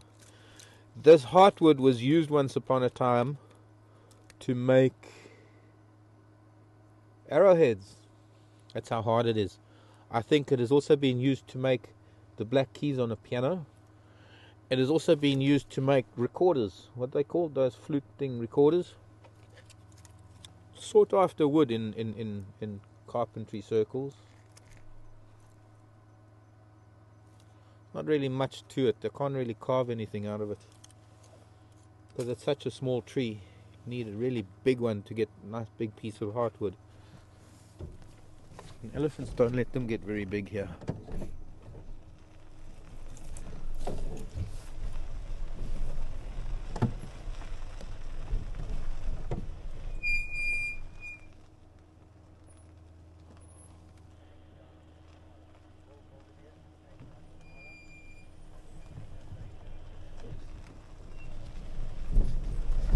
Rita, good afternoon to you.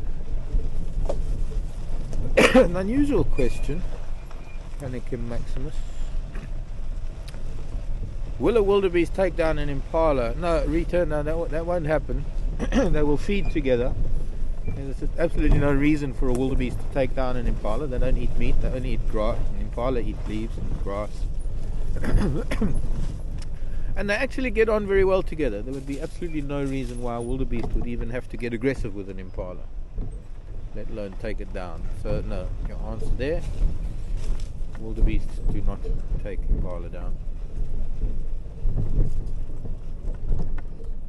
Boy, it's a little bit denuded around this Torchwood now. Not picking you up, Herman. Not stopping you at all. Usual twin dams.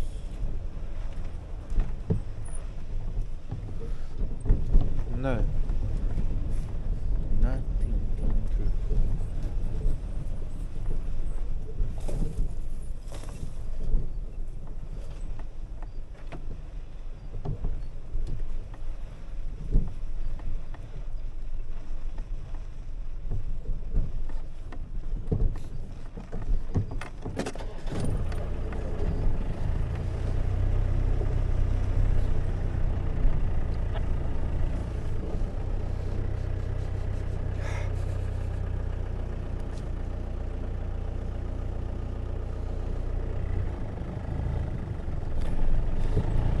Strange smell around here.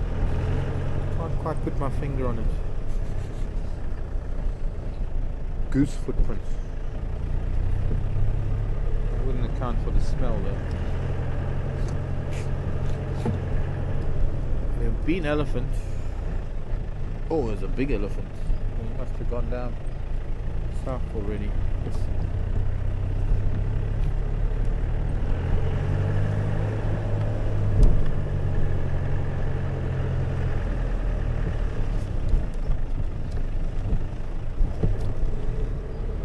Sadly, we missed the elephant here at Twin Dams.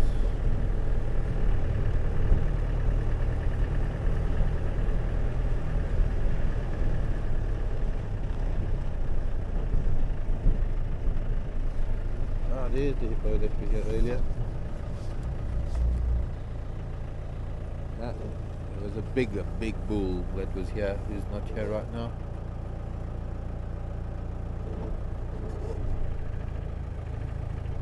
Yeah, a little better.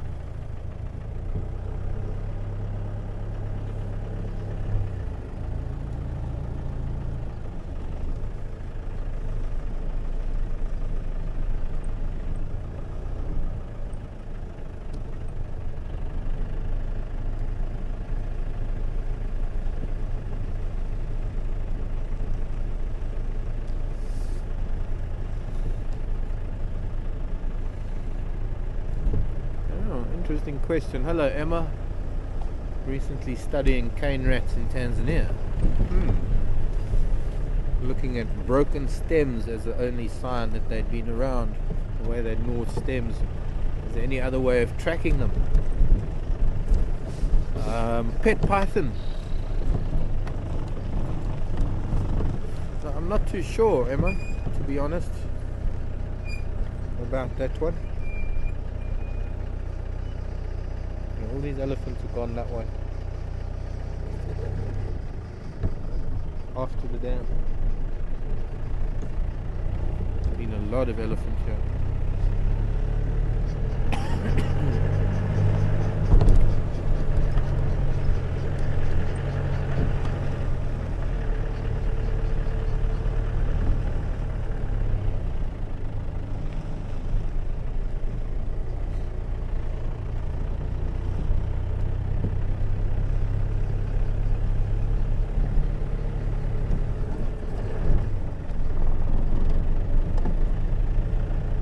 Hello, Mark. Mark in New Jersey. Where's Chelapan Road? Chelapan Road is not on the map. No, it's not. There's a discrepancy on that map. In fact, I think Chelapan Road is called Elephant Skull Road on the map. Might be, if I'm not mistaken. But yes, Mark, I think you got it right. North of Treehouse Dam, between Philemon's Cut Line, sort of there, or just south of the junction of Philemon's Cut Line on Weaver's Nest. Between Weaver's Nest and this Twin Dams Road.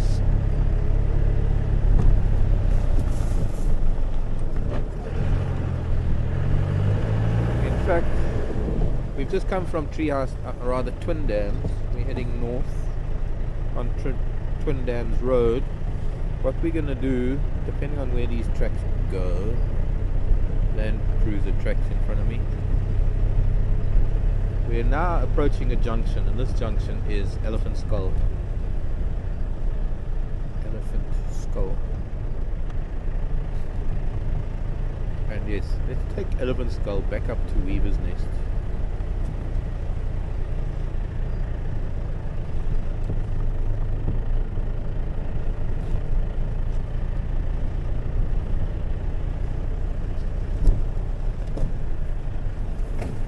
I've just seen a new, well, it's not new to me. I don't recall seeing it before. Another strangler fig starting its inexorable task of killing a tree. And a fairly big knobthorn as well. I don't recall seeing this one before. A very tiny little fig just below the fork of this tree. Fairly new, only a couple of years old perhaps.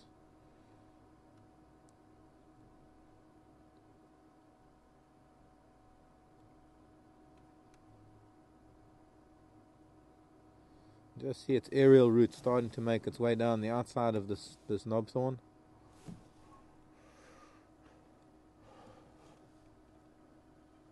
And it will eventually,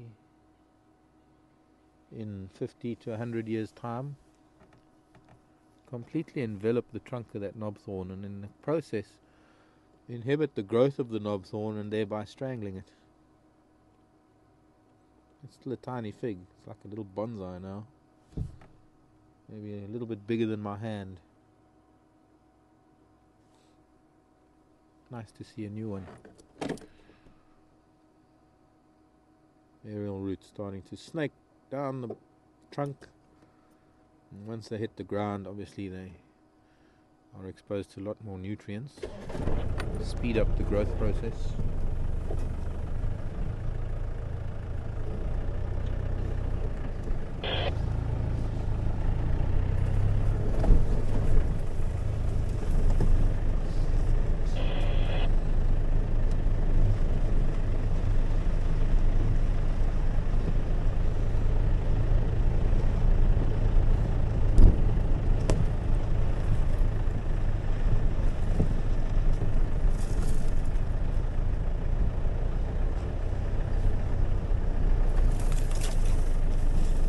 Sorry I missed the sunset.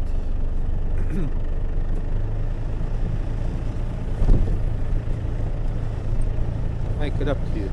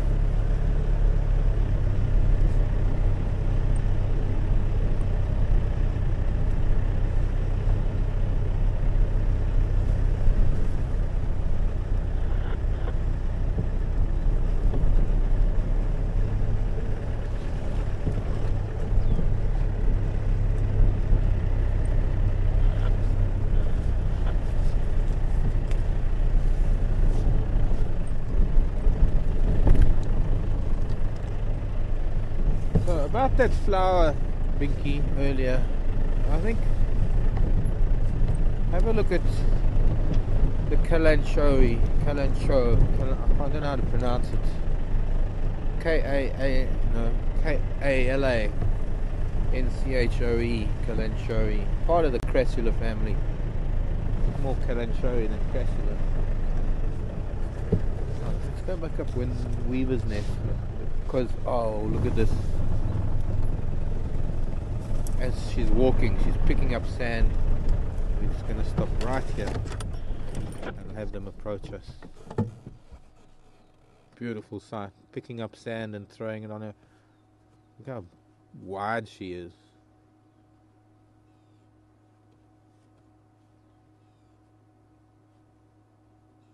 Magnificent cow. Also curling in front of her trunk. Her right tusk. Beautiful curl of that right tusk. A lot more elephant off to our left somewhere. I can hear them.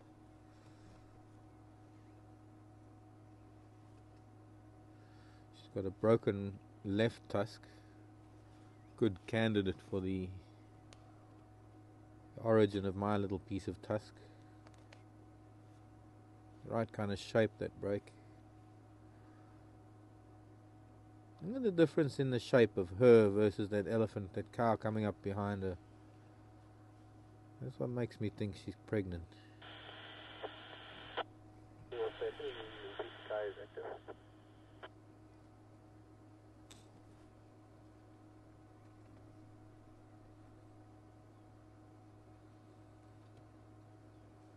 Oh.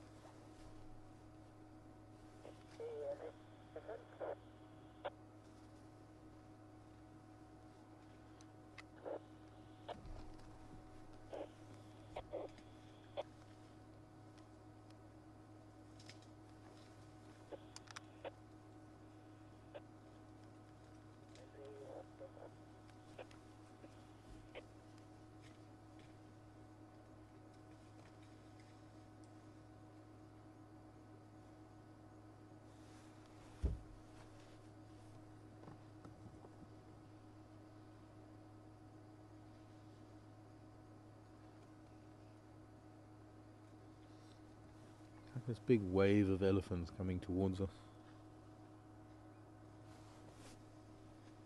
On both sides of the road, another lovely big car coming onto the road.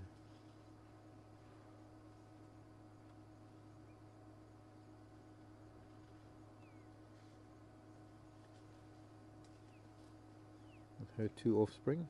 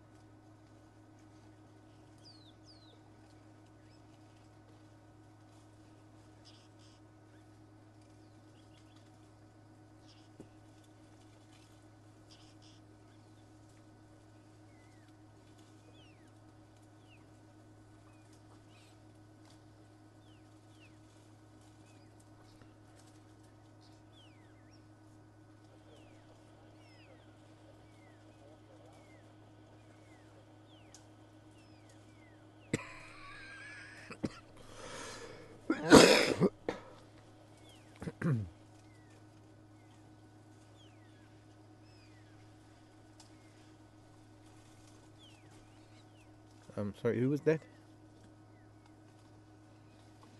There's a big daddy coming.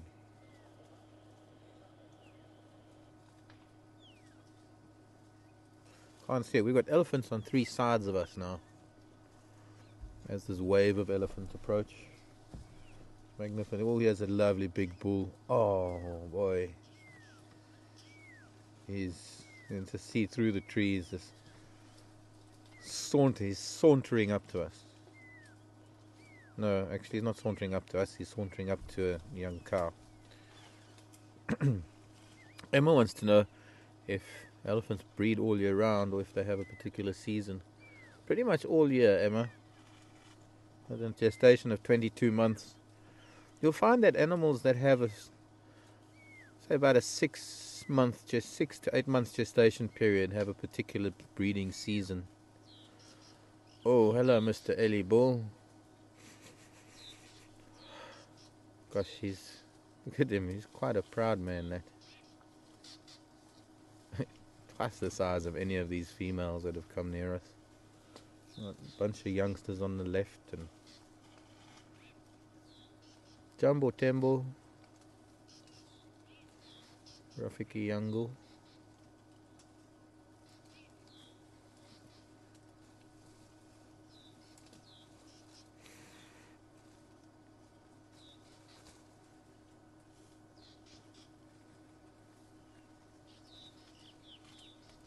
I think some of them that have been approaching us don't even know that we're here. They're still behind bushes. Emma, what do the antelope have specific breeding seasons? Warthog. Some of them that have to time the birth of their young when conditions are best suited to the to the mothers maintaining a good milk supply. I'd love to be able to get a photograph of him, but it might be a bit too dark. He's got a very distinctive tears out of both of his ears.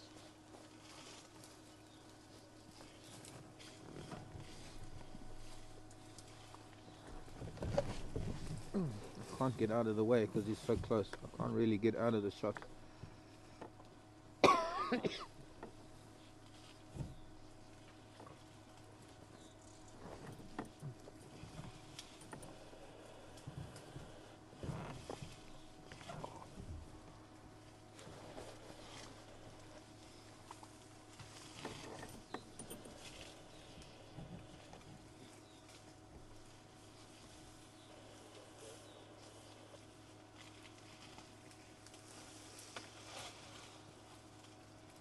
Look at that little thing behind him.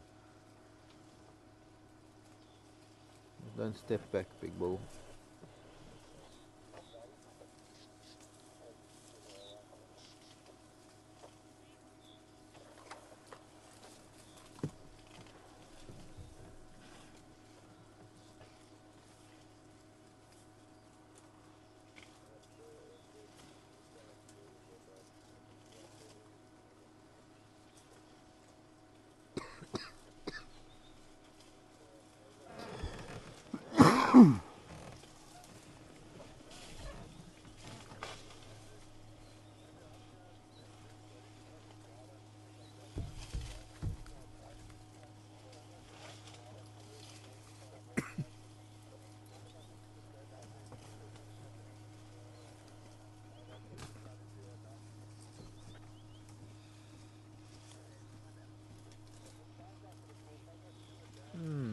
Hello, Annette.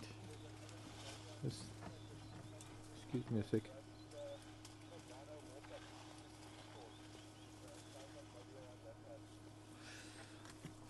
Annette was saying she watched a video of an elephant giving birth and how Mom was kicking at it and pulling at it until it got up. I think I saw that. That could have been the San Diego birth, one of the San Diego babies being born. I also saw that, and it was very emotional. But it looked a little bit brutal, the way she was kicking at it, but you have to remember they're big animals, and there's nothing wrong with that at all. Wanting to get it to breathe, get it to be active. Very good mother. Got an elephant next to me here that I could probably stretch out and tap it on the trunk. Picking at the leaves on this monkey orange just next to me. I'm going to sit and listen quietly to the sounds of these elephant feeding.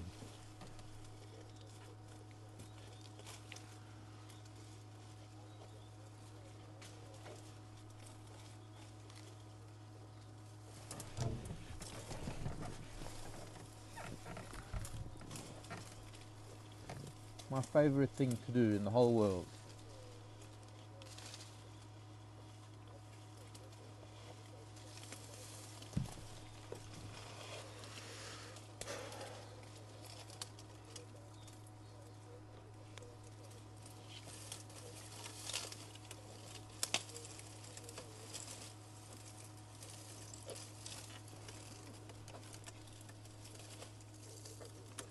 Hello. Hello, little one. Hello. So close, yet so far.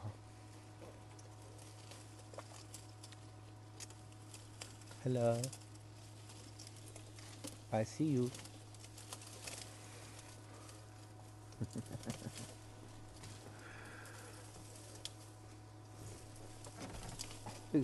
We're surrounded by elephants. We can't go anywhere.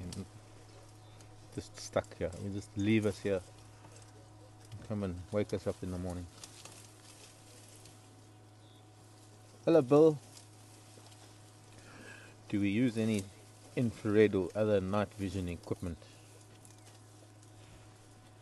Unfortunately not, Bill. Why, it's getting quite dark. This is an HD camera. It doesn't have infrared capabilities. We have in the past, we used to use infrared, and I don't know what the plans are for the future, but at the moment not. No, at the moment we are not. Would be lovely to have heat sensitive, what you call it, not only infrared but heat sensitive cameras, pick up heat signatures. Be nice to just watch them in infrared, but as you can see, starting to get too dark to see them.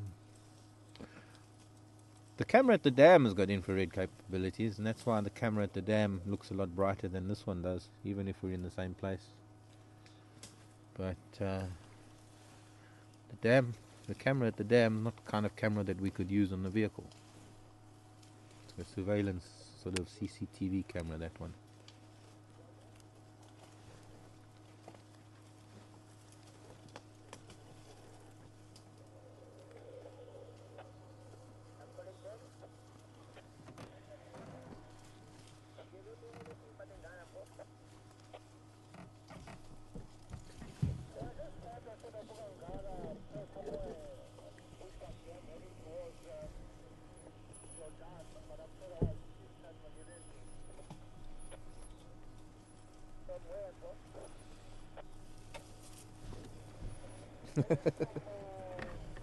Little one heard me rolling backwards.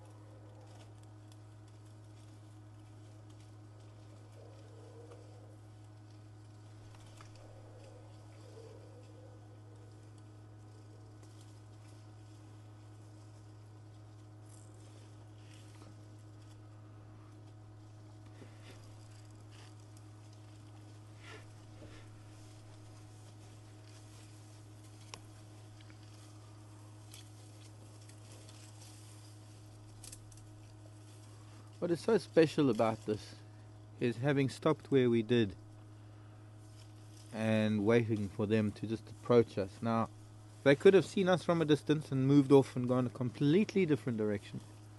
And I was right next to this one little terminalia and this monkey orange, and that one elephant still chose to come and feed right next to me.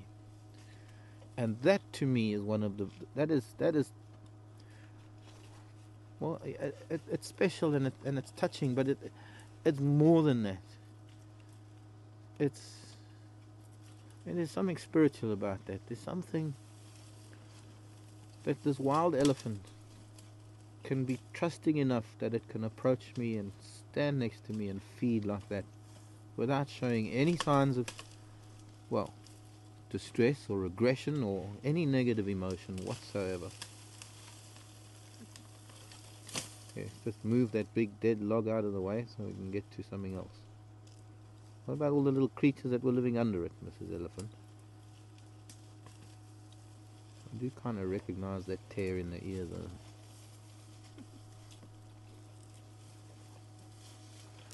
See, what we've done now is we've got the shutter speed down so low, that's why it sort of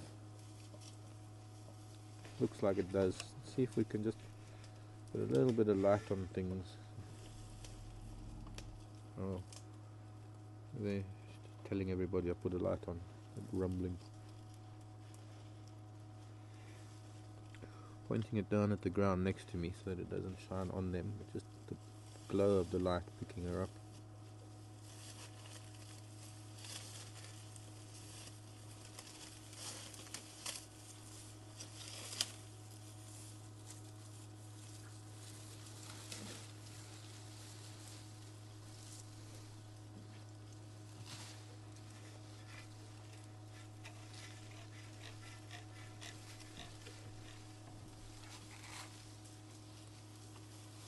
Okay, well, I think since we're starting to use a light, it's time to leave Ellies alone. I feel so much better having had this little moment with them. I hope you've had some sort of sense of this kind of feeling that I feel being so close to them. Hello, little one.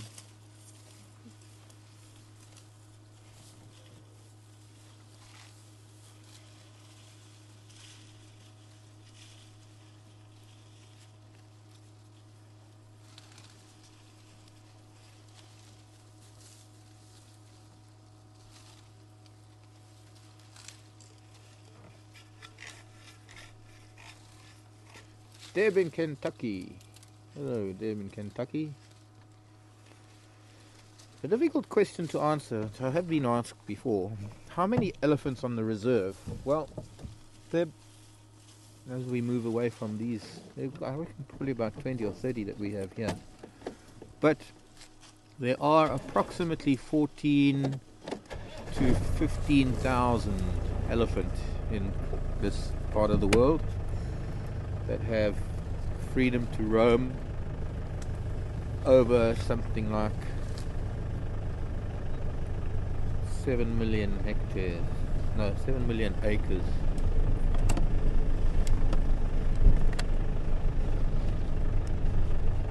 It's not easy to tell you how many elephants are here at Djuma at any one time. There are times when there isn't a single one.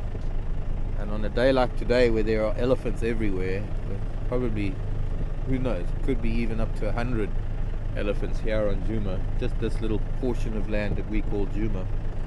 But in the overall reserve, the overall Greater Kruger National Park region, of which this is just a small part, there are between 14 and 15,000 elephants.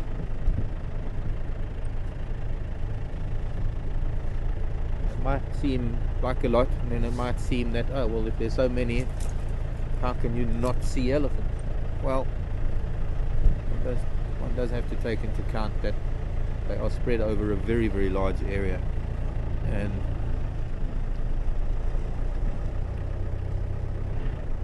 we just have to be lucky for those moments when they come through our little patch of ground called Djuma.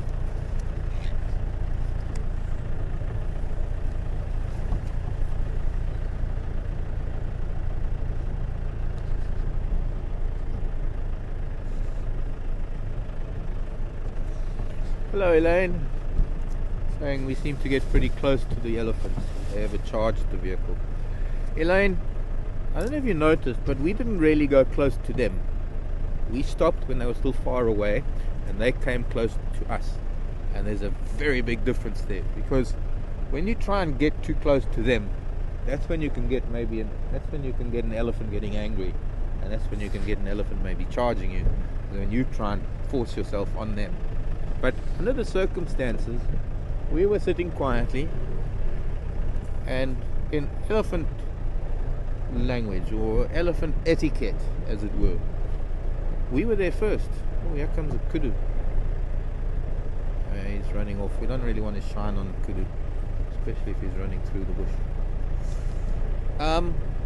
Elaine, since we've been charged, I've been charged. I've had elephants chasing me in the vehicle in other parts of Africa where they are not as relaxed as this. Right, now we're on Weaver's Nest Road. We've come past the road to Twin Dams. The next road to the left will be Philemon's Cut Line, and what we're going to do is we're going to take this road that goes to the right, and this is called Chelapan Road, Mark, in New Jersey. And I'm going to be doing a few loops because I know there's a leopard that's gone through Philemon's Dip, and I also know that he's probably going to start walking around soon, so let's see if we can find him amongst other things that might be moving around. Ellen. Okay.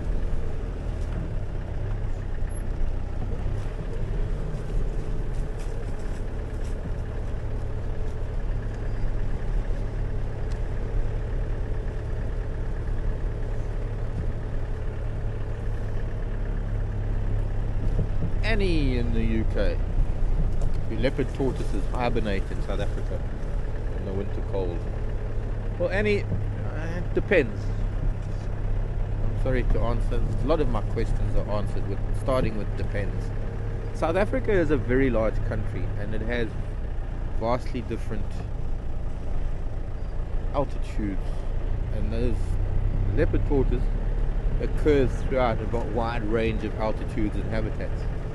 And some of the higher altitudes, say 4,000 to 6,000 feet, yes, I guess they wouldn't. They'd become dormant in winter. Hibernate, yeah, I guess you could say hibernate. Where do they hibernate? In thickets. I mean, if you have a look at, say, I'd have to show you in the daytime. It'd be hard to show you now. Maybe termite mounds. Maybe the base of some of these trees. These trees that have very, very dense grasses. The bases of those. Thick cover. Here in this low part of the world, low altitude, you might even find tortoises moving around during the day. So they don't really hibernate. They are a lot less active.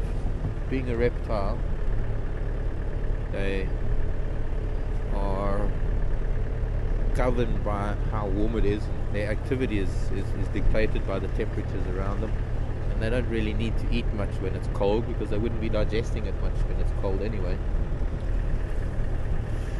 But yes, they too, cold nights, would be tucked in under bushes at the bases of some of these trees that have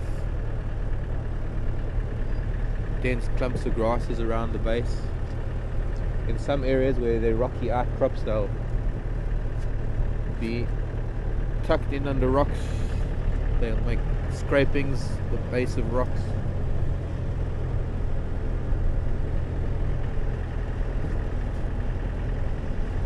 Oh, it's cold. I won't say that anymore.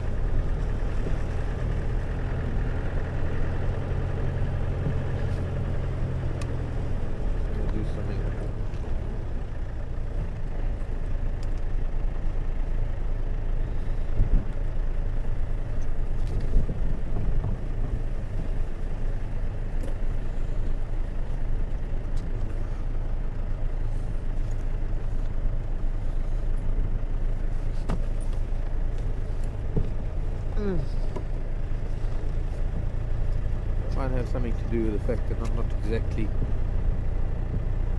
feeling 100%. It might be why I'm feeling a bit colder than normal.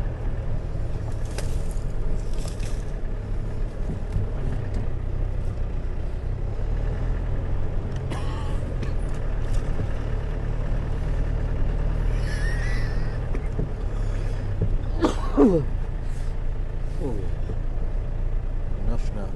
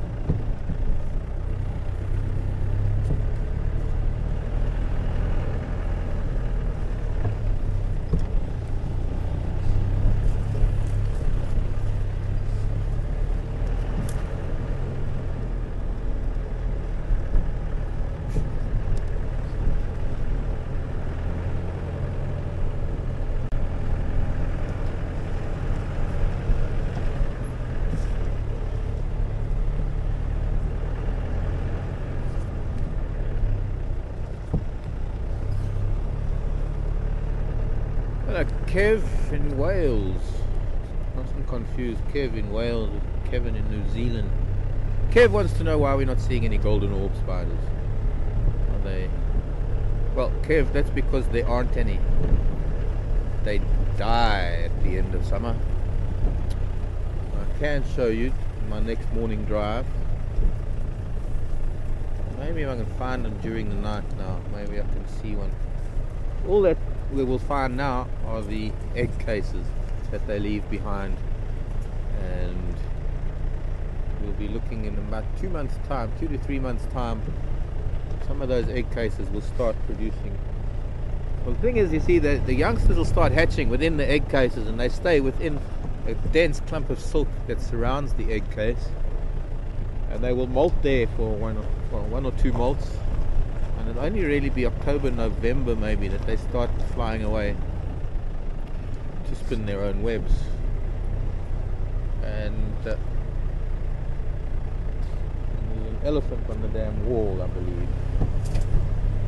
Any zoomy that's busy with doing a waterhole cam. Probably a nice view of it. We're not going to go and see it because it's too dark.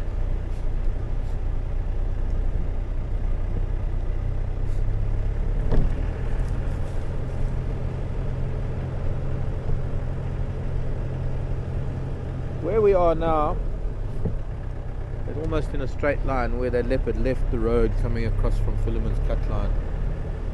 Straight line coming this way. If it came through this line of bushveld on our left, dense forest on our left. So, do we have any tracks on the road yet? No, not yet.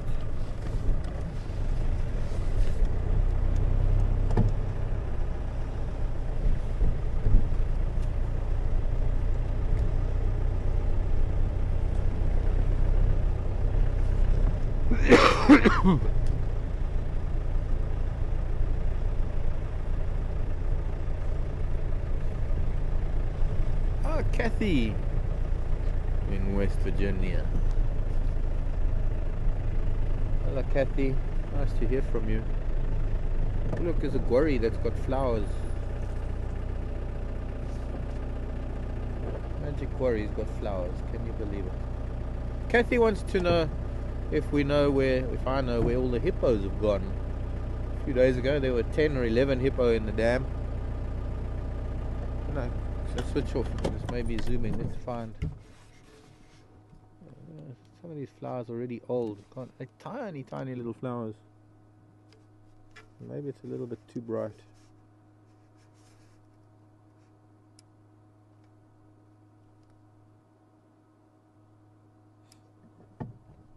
There are one or two still open that you can see. Tiny little things. Fit like 100 flowers in one leaf. This is the magic guarri, Euclea divinorum. Kathy wants to know if I know where the hippos have gone after having 11 hippos in the dam recently, and now down to 1 hippo today. Well, there was at least 3 at twin dams, Kathy. I haven't been up to Buffelshoek Dam. Haven't been to Buffelshoek Dam today, so I don't know how many are there. None of them went to Treehouse Dam. The only place that I can think of must be, well, not only place. There are other dams north of us and south of us. Big dam up in Buffelshoek, I believe, is huge, 200 meters wide. And Chitwa Chitwa, I'm sure that the hippos that one can see from Chitwa Chitwa Lodge and the dam in front of the lodge might be the same hippos we get here. Arethusa's got a dam that could also go to Arethusa. I think there's been a bit of an upheaval in hippo society here, and that's what's accounted for all this hippo activity that we've been seeing. Change in hippo dynamics. There was a big bull in Twin Dams this morning, huge bull that I don't think I've seen before, because the 2 big bulls that I know of that live here, both of them have the nick out of their right ear in the same place almost. There's big old Humgo that used to live here, and now there's this other big bull that's come in, and I don't know where he's come from. But he wasn't there now. Now there was a cow and a calf. I believe also earlier that the calf had been chased by that big bull, and he was lying in the grasses off of Gowrie Main earlier this morning, too afraid to come back to his mother in the dam.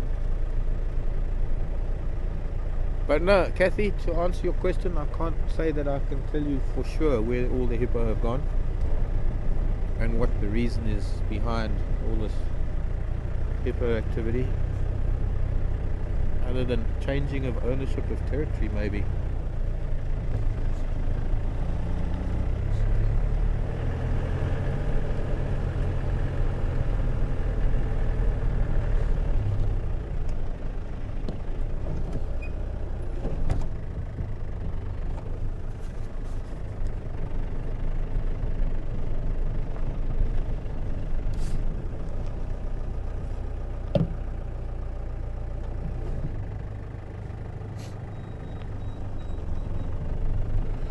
Hey Dave, haven't heard from you for a while. Nice to hear from you. Dave in the UK. Dave and I grew up in the same place. Dave wants to know when do I expect the first migrants coming in for summer? And who do I think will be the first? I'm expecting first week of September, Dave. Maybe even last week of August. We're going to have to see. We've only got about 7 weeks to wait. It'll be quite exciting. I'm reckoning our first birds are going to be the Wahlberg's eagle, my guess. And it's going to be time, actually. It's time to start. Not really. Still a month to go. Soon we're going to start a list of guessing, like first date of the first Wahlbergs. We can have the date of the first Woodlands Kingfisher, date of the first Redback Shrike, the date for the first red-chested cuckoo. Let's see, who else? First steppe buzzard coming in from Russia.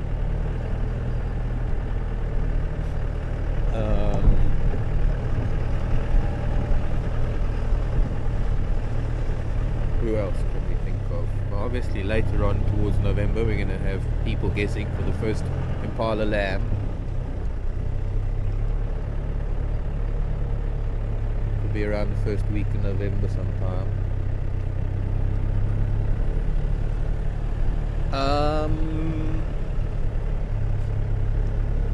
So, yes, be a good one for all of the birders to start a list. Instead of, well, a couple actually. The first one will be who is guessing, or rather the guess for the first migrant. Who will be the first migrant coming back to South Africa? And then we will have a guess for the date for the first migrant.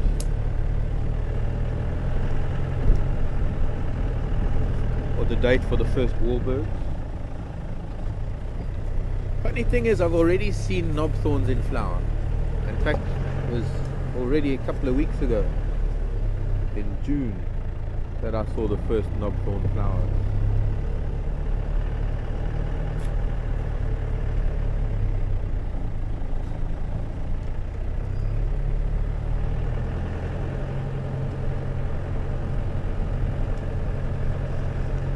Moon's getting quite big already. Probably only about 2 days away from the first quarter. Bringing new moon next week. Sadly means that I'm not going to have a moon when I go on leave. Right, let's go back down to Philemon's Dip.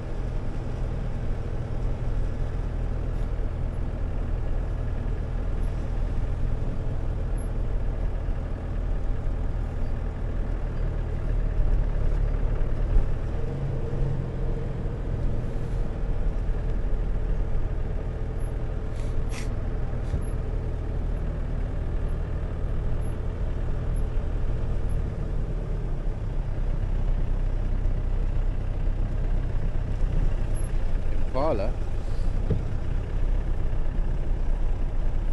Bunch of impala on our right, very relaxed. Not going to shine on them. Oh, just a little bit, just to ascertain where they all are.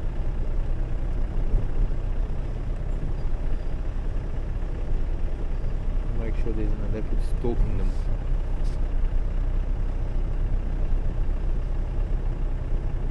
He's here somewhere.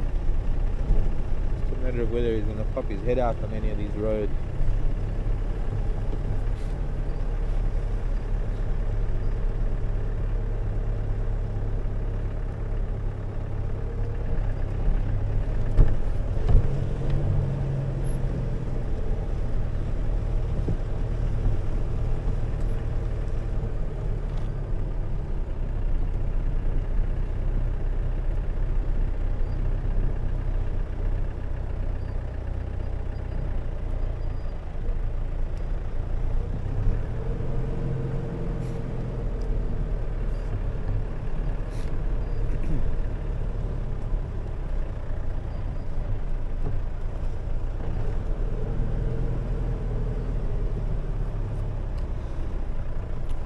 Who do you think the first migrant will be, Dave?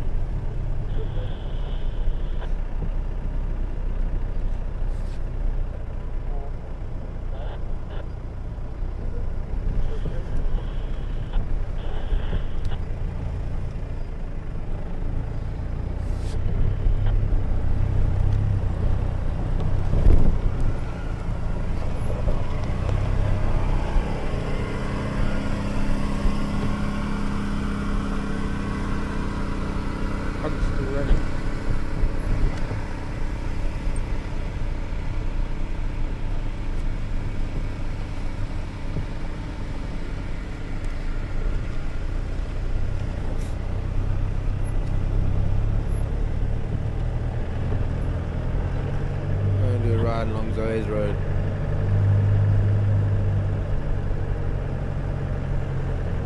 Find leopard.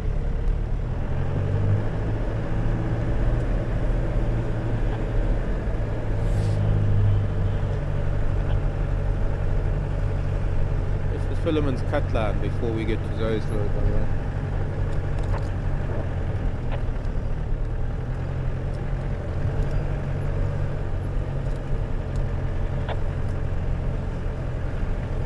Child playing with the radio somewhere.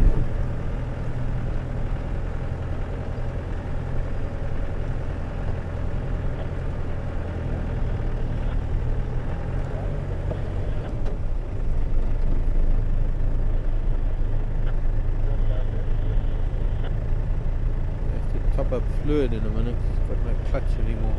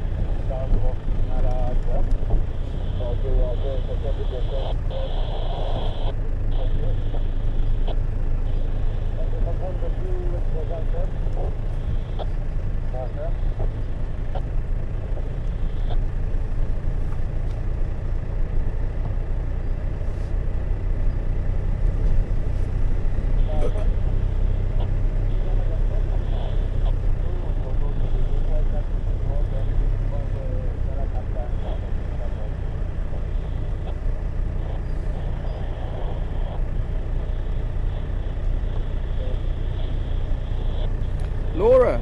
No, sorry. Laura's saying first one will be the Woodlands Kingfisher. I don't think so. I think Laura, no. Woodlands are only going to be here in October or so.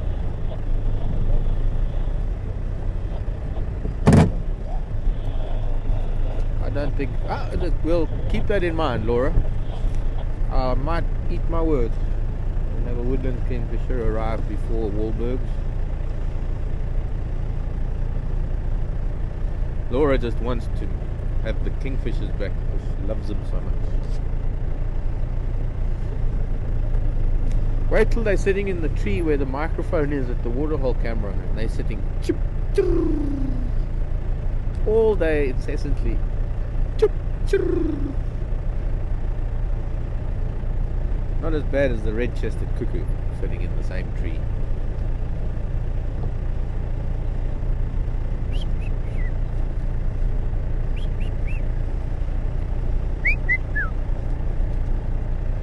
That goes on and on.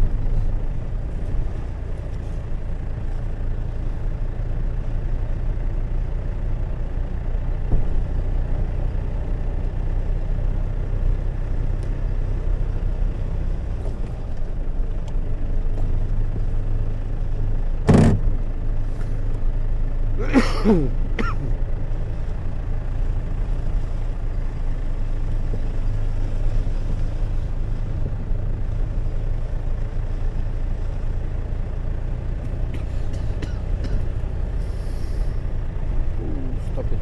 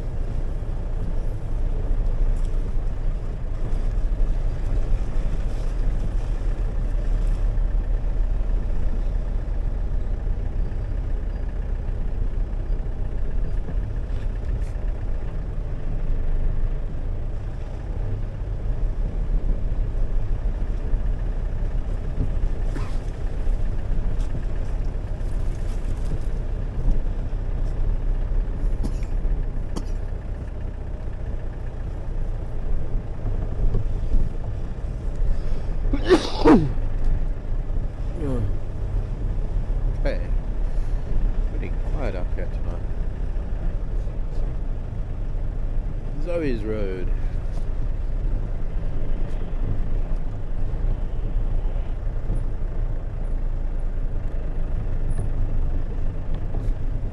There's a nightjar. Oh, I can't stop, I can't get it into neutral. Uh-oh. Okay, this is gonna have to just switch it off because I can't get it into neutral. I've lost my clutch completely. Please excuse me for 2 minutes. Let me fix that.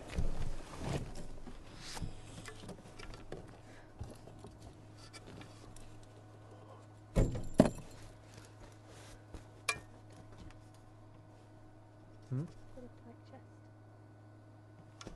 There you go. You got hiccups. No. I shouldn't have said that. Now I come back.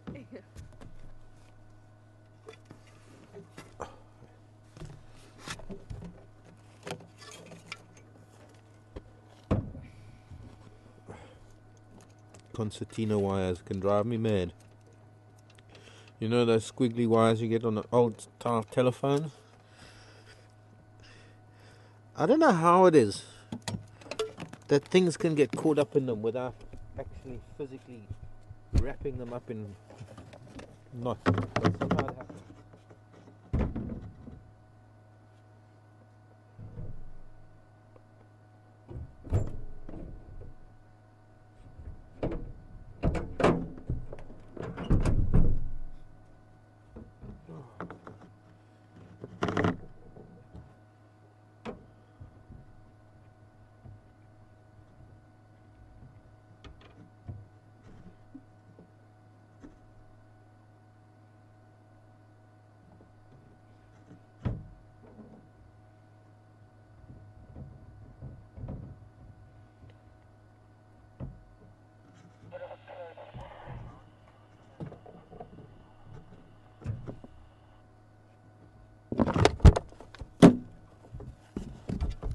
What's he saying? I didn't hear it.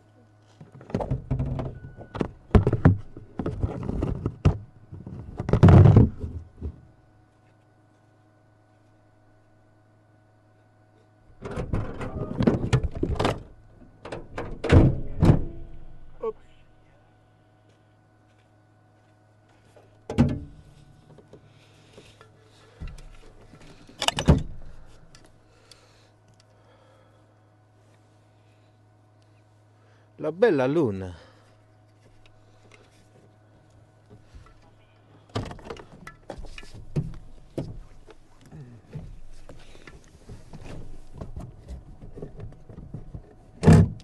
Oh, gosh.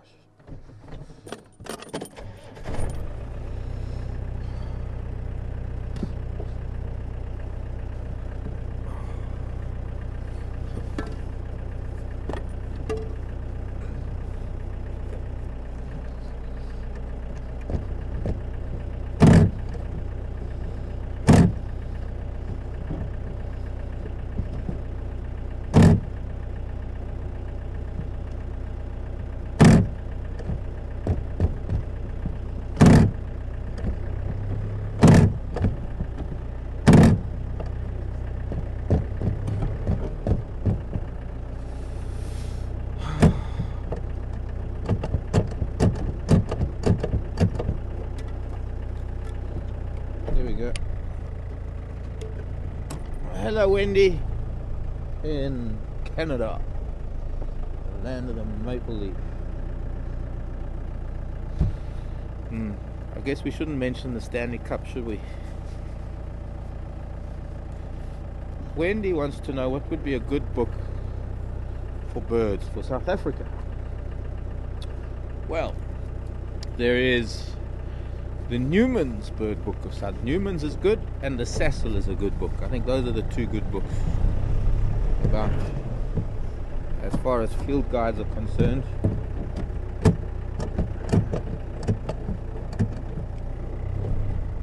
Yeah, Cecil Birds of Southern Africa or the Newman's Birds. The Roberts is a very good book, but it's more information than it is a field guide. The Roberts, I think you actually, you know, I'm behind things, and I think the Roberts actually might have a nice field guide now. But I think the better of the field guides are the likes of Newman's Birds, or Cecil, the Cecil Bird Book. For information about birds, very interesting book. There's a book by Trevor Carnaby known as Beat About the Bush Birds. Very interesting book. You also get Beat About the Bush Mammals.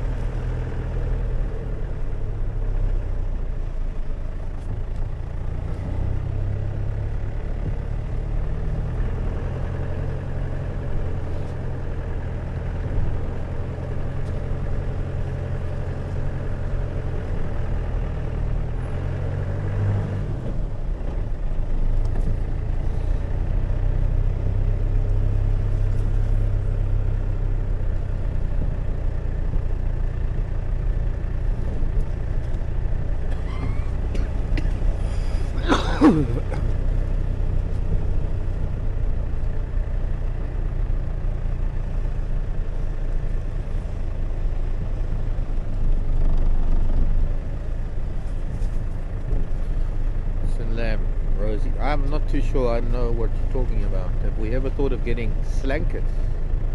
What is that? For the chugga, for the gander. Blanket with sleeves. I never knew they existed. Spread the warmth. I never thought about it. So well, never knew they existed, so I never thought about it. Quite honestly, I did quite well. I put that other big thermal thingy on, but we're nearly at the end, and then I'm going to retire to my room and put a heater on and climb under my duvet and curl into a ball, fetal position, until I thaw out.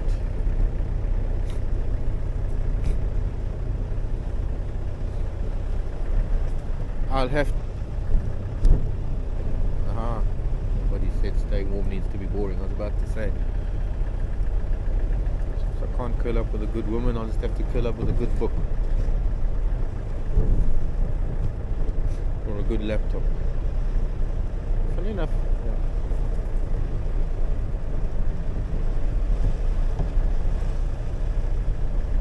yeah. I'm getting commercials in my ear now for things.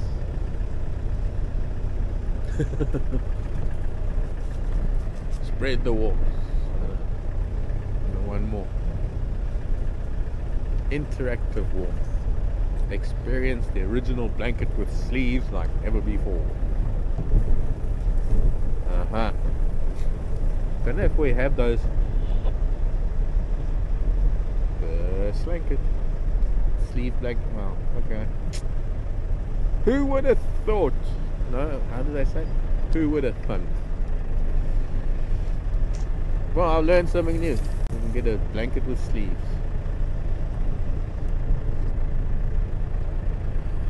I need one of those Mount Everest sleeping bags with sleeves, not a blanket. Oh, one of those sleeping bags that the climbers sleep in when they're at 25,000 feet on Kilimanjaro. Okay, it's not 25,000 feet, it's only 20,000 feet, but it's still cold up there.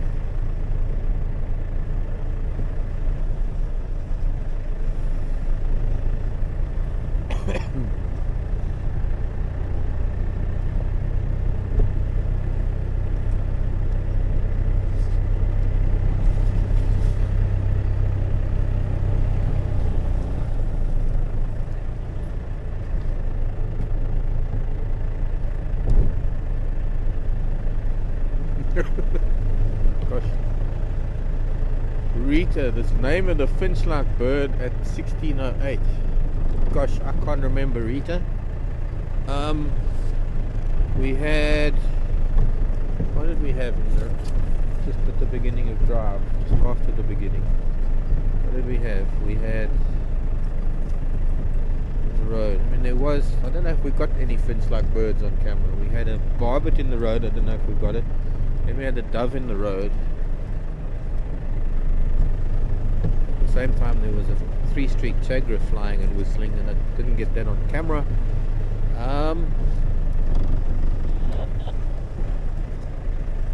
I don't know, Rita. I hope you got a snapshot of it, and then maybe we put it on Facebook and I can ID it for you. But I can't remember. Unfortunately, memory doesn't serve me very well in that regard. Sometimes I can remember these things, but I'm not really sure where we were at that time. Yes.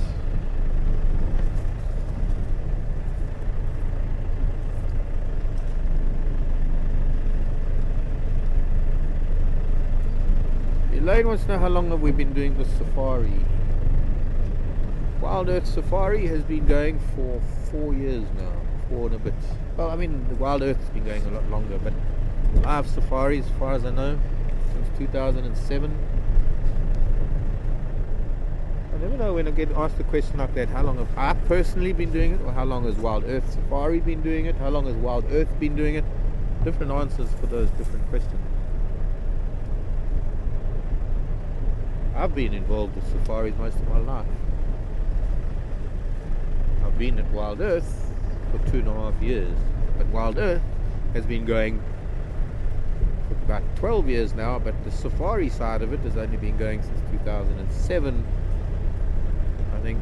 So it's, yeah, that maybe answers your question, Elaine, and I'm glad you love it. Lovely to have you along with us.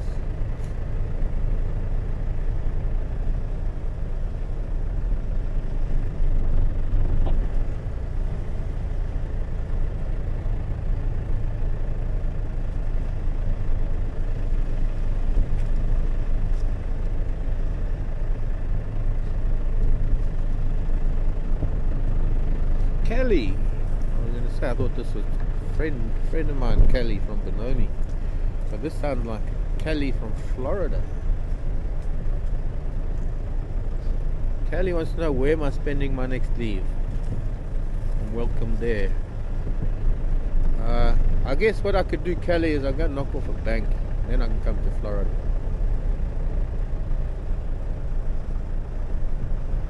I wouldn't do that. I'm not a criminal. Love to come to Florida. It'd be nice and warm compared to here. Love to go anywhere where it's warm. I'm gonna go home. I know it's warmer there. A little bit.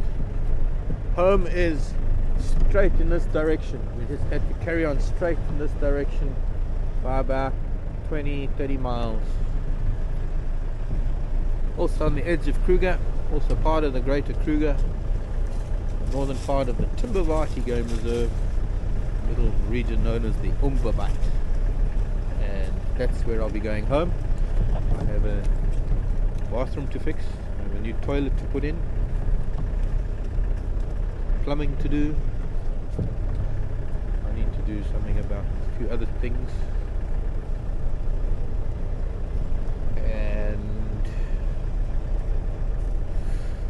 looking forward to it.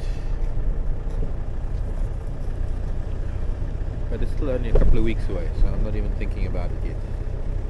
A lot of work to do between then and now.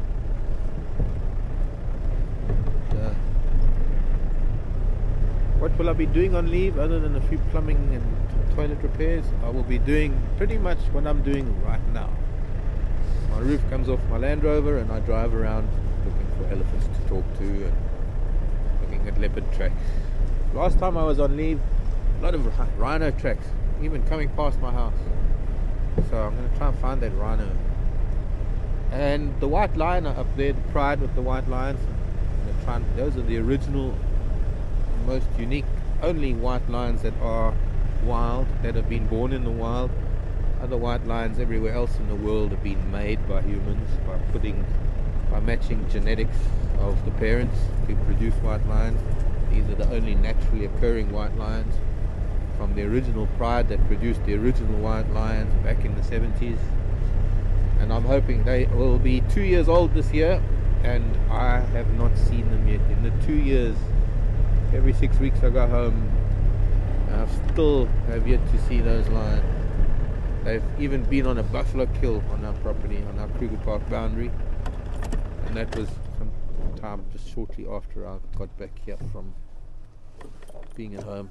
So I'm hoping I'll be lucky when I'm next at home.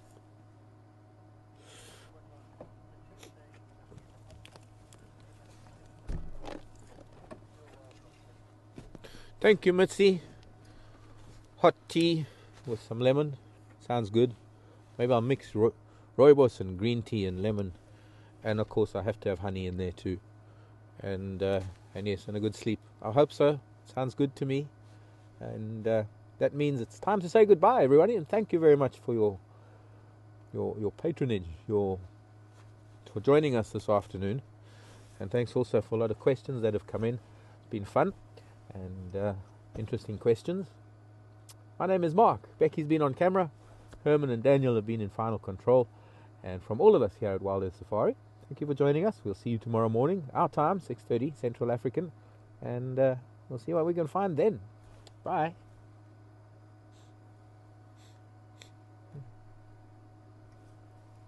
No moon today.